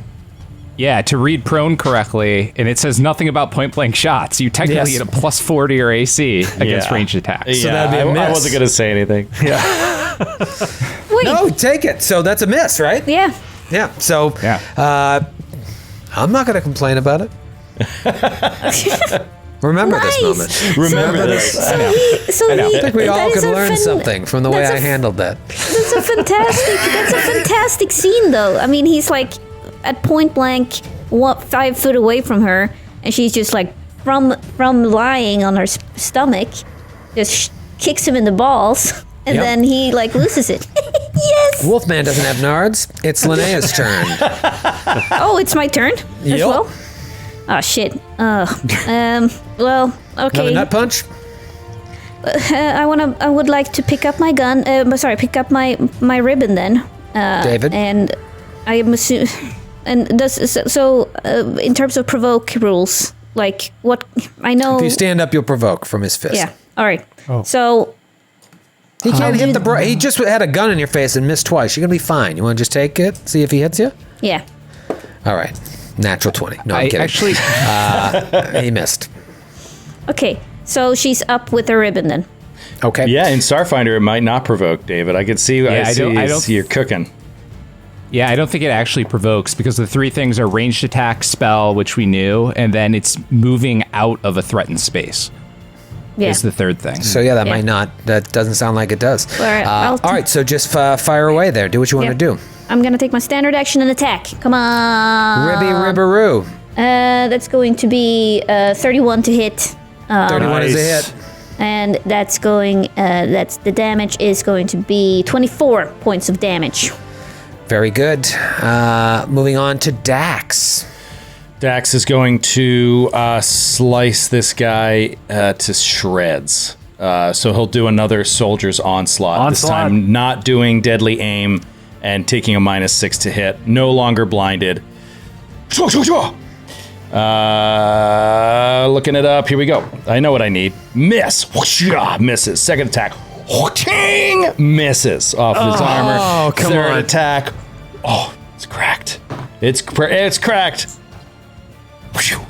Open air. Misses. 3 single digits. No. 3 single digits. Dr. Friss. Okay, Friss is seeing that Linnea has her ribbon back in her hand and has matters well in hand. He's going to turn his attentions to the staggered guy and take a trick shot against him. That is a 17 against flat-footed EAC. That hits exactly when he's flat-footed. Yep. Okay, and that's better. 39 points of damage. 39 points of damage. Big juicy hit from Friss. It's their turn. 2 and 5. Callum is still invisible. So the guy next to Dax, they're just This is so great. back and forth. This slugfest. He's sword punch. First I'd rather one, have a sword. 24 misses, I'm assuming, and then a 25 31. misses. 31. Yeah, so boom, miss. And then that guy in the back will fire at you once because he's still actually, he's not going to fire at you. He's going to fire at Dr. Friss, who just hit him one time, and that is going to be a 29 to hit. That is a hit. Hits Dr. Friss. Oh, the resource is being drained. Oh, man. 23 points of acid and piercing. Okay, 18 points. Oh, nice. Couple of sevs on a D8, and it is Callum's turn. Callum, what else you got up your sleeve? Everyone's reeling here. I don't have many things that can hit multiple people. Seeing Dax miss, I think Callum's again going to go for the Force Disc and try to hit both of those guys. So first to the one that was fighting Dax. Mm-hmm. That's going to be 24 to hit. 24 is a hit, and then just roll and see if you hit the other one right now. Oh, yeah. 22. Oh, does that hit? Yep, they both hit. So 4d6 and then 3d6. 3d6 and then 2d6. Pardon me. 7, 8, 9, 10. You don't get a bonus 33. d6. 15 to the first. Okay. And nice. 8 to the second. 8 to the second. It's funny, you guys don't do a ton of damage. Some of you don't do a ton of damage, but you're able to affect more people. Just did 46 on a single hit. Non-crit. Stop it. You did? I did. All I remember is 3 misses in a row. All I remember is what have you done lately? Yeah, what have you done for me lately? Nobody cares if you missed the last 3 attacks. Speaking of having missed the entire combat, Kreska, you're up. I will. Friss is not there to save you this time. I'm going to dismiss the Cosmic Eddy. Oh, Okay. Is that the south one or the The southeast southern one, yeah. Okay. Oh no, I moved the wrong way. Oh my god. Oh my god. The tentacle thing has grown large and is all over us. And it's gross too, by the way. Humor. Now that it's big. And Kreska will move up next to Friss, making her way towards the platform. Okay. It's slowly leaving. I'll just see myself out. All right. Bye, Mr. Narwhal. It I was can take fun a hint. being a part of your campaign. But I have other campaigns to haunt. There he goes. All right, so bibbidi bobbidi boo. What happened? What'd you do? Remove the. I don't know. Oh, wait, did you not listen to my turn? Keep up for it. That's gone. You walked right into the I eddy? dismissed the eddy. That Eddie? Yes, that eddy. The only one I can dismiss. Oh, I thought you just missed the other thing. No, that thing that you were playing with, I never touched. Meishan, you're up. Meishan is going to take a shot at the slowed commando. Well, you know what? Let's have fun. Let's take 2 shots. Let's do full attack action. Hit both. Flat-footed. Checking to see. Total of a 22 to hit. Hit, and this is CAC or EAC? That's going to be kinetic. Big ol' 15 hit. points of damage on the first attack. Do you have another hit in you? I don't know. Let's see. A natural 3. Feeling like a Joe O'Brien on a Sunday. Feeling like a Joe O'Brien on a Sunday. Because that's the worst day, like especially towards like 7 o'clock when you're thinking about what you have to do Monday. And like, Non-football season, Sunday, just like so depressing. Sunday scaries. The one next to Linnea will try to punch twice because Linnea wasn't able to finish him last round. Oh, I've rolled so many times and still haven't got a natural 20, but that will hit for 13 points of bludgeoning damage. Second attack is a miss with a 14. And it is Linnea's turn. Linnea, can you take him out? I think so. I think. What have you got? I'm going to attack him first. I think I'm gonna. Do you think I can take him down in one round, or do I need to do a full attack if I hit? It doesn't matter. I'll do a full attack. Did you want me to answer that? Well, I wanted to see if I then later had a move action left. Okay, fine. I'll full attack. Are you waiting for me to say something? Did you from your haste? Did you stand up too? You do from your haste. That's going to 24 to hit. There you go. That is a hit. How much damage? 22 points of damage. And it's dead. Oh, 2 left. 2 left. But Linnea is going to gun for the ship then. For the ship. Oh. Because What? what do you mean? Oh, Why do you want to shoot our ship? You're gonna No, fire, open fire on the gun ship. it. Why are you Gun it. shooting at the Gun it. ship? Well, you know what, guys? She has an attack Come left. on, Linnea. I'm gonna run as fast as I can into our ship and see what I can see in there. Are Do you you can attempting to get salvage? adjacent to the ship? Yes. All right, so you're gonna run as fast as you can for the ship. All right, you can And see the she's tail. screaming Steve Steve. at the top of her lungs, right? Steve! Dax, you're up. There's 2 of these left. Man, come on, Daxie. Come on, man. Same thing. Here we go. Slice, slice, slice. First slice is a miss.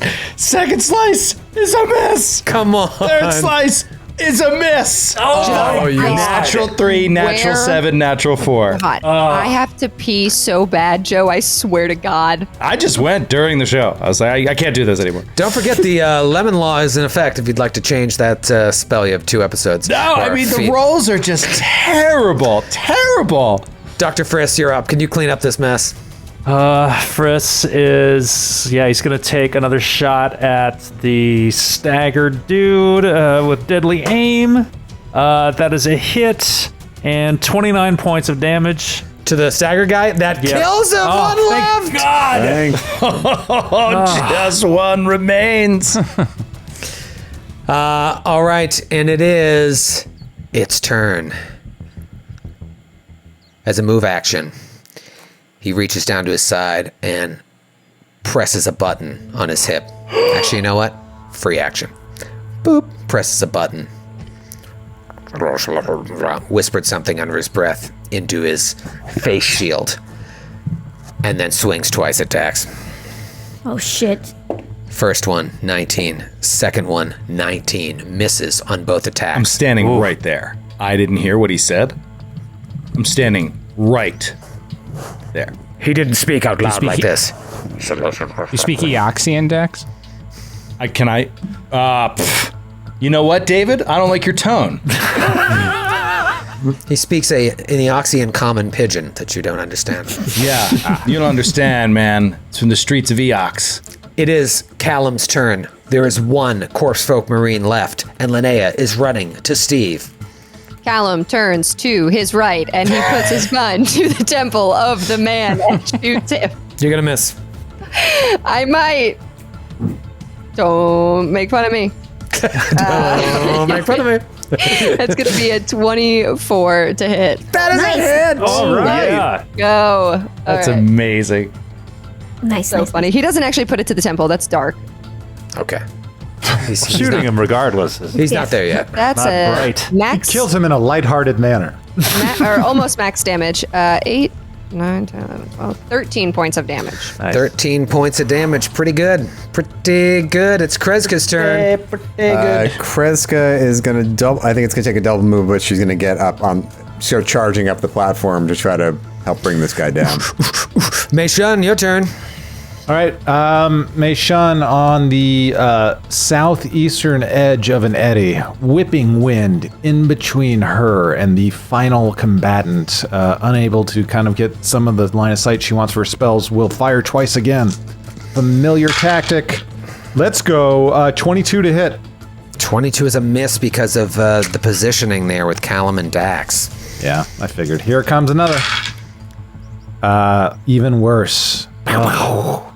The concussive blast of the explosion kills Cal. Oh, God. So sad. It is Linnea's turn. All right, I run into the Sarissa and actually say, Steve! What do I hear? What do I see? Linnea. All right. I'm gonna try to. Do I see like fire anywhere? Or, like anything? Yeah, like some what of is the it? panels are smoking. It looks like they came in here and just started firing at all the controls. Jesus. All right. Yeah. All right. I okay. Frisk, you need to come in here as soon as possible, and then I'm gonna try. You okay? I'm fine. We'll fix you. I don't feel so good. It's okay, baby. Just hold on, please. Hold on. Dax, you're up. You son of a bitch, Dax. He was better when he was blind. Here we go. First swing, miss. Oh my god. Second swing, hits. Thank God. Jesus. Second swing, hits with, yeah. He'd be out of the Like minor leagues with a 24. batting average like that. It's like Shaq shooting free throws. Yeah. Mendoza Line O'Brien over here. 35 points of damage. And There we go. Yes. Finally connects. Wow, what a duel. Swing. What a duel. Punch and swing it. You finally connect, and he crumbles. And as he crumbles to the ground, you just see that button that he pressed just. Wom. Oh no. Smash that. And then it goes back into the cockpit of the Sarissa. Smoke everywhere, little flames outside. The cockpit window is cracked. It's got scar marks all over it from blasts. And Steve and Linnea is like, Frisk, get in there, Frisk. Linnea, there's more coming. Oh god, they're swarming down on us. And we'll see you next week. He kept saying that he was chipping away at us. He kept saying, and I was like, well, we're not gonna just get like a rest here. It's gonna be something immediately right after. Book 6! Yeah. Oh my Wow, god. what a sash. Damn. That sash. That's awesome. Season 1. Woo! I mean season 6. Math is hard. Math is That is hard. Nailed it. As per usual. Good night. Good night. Night. Good night. Thank you. P.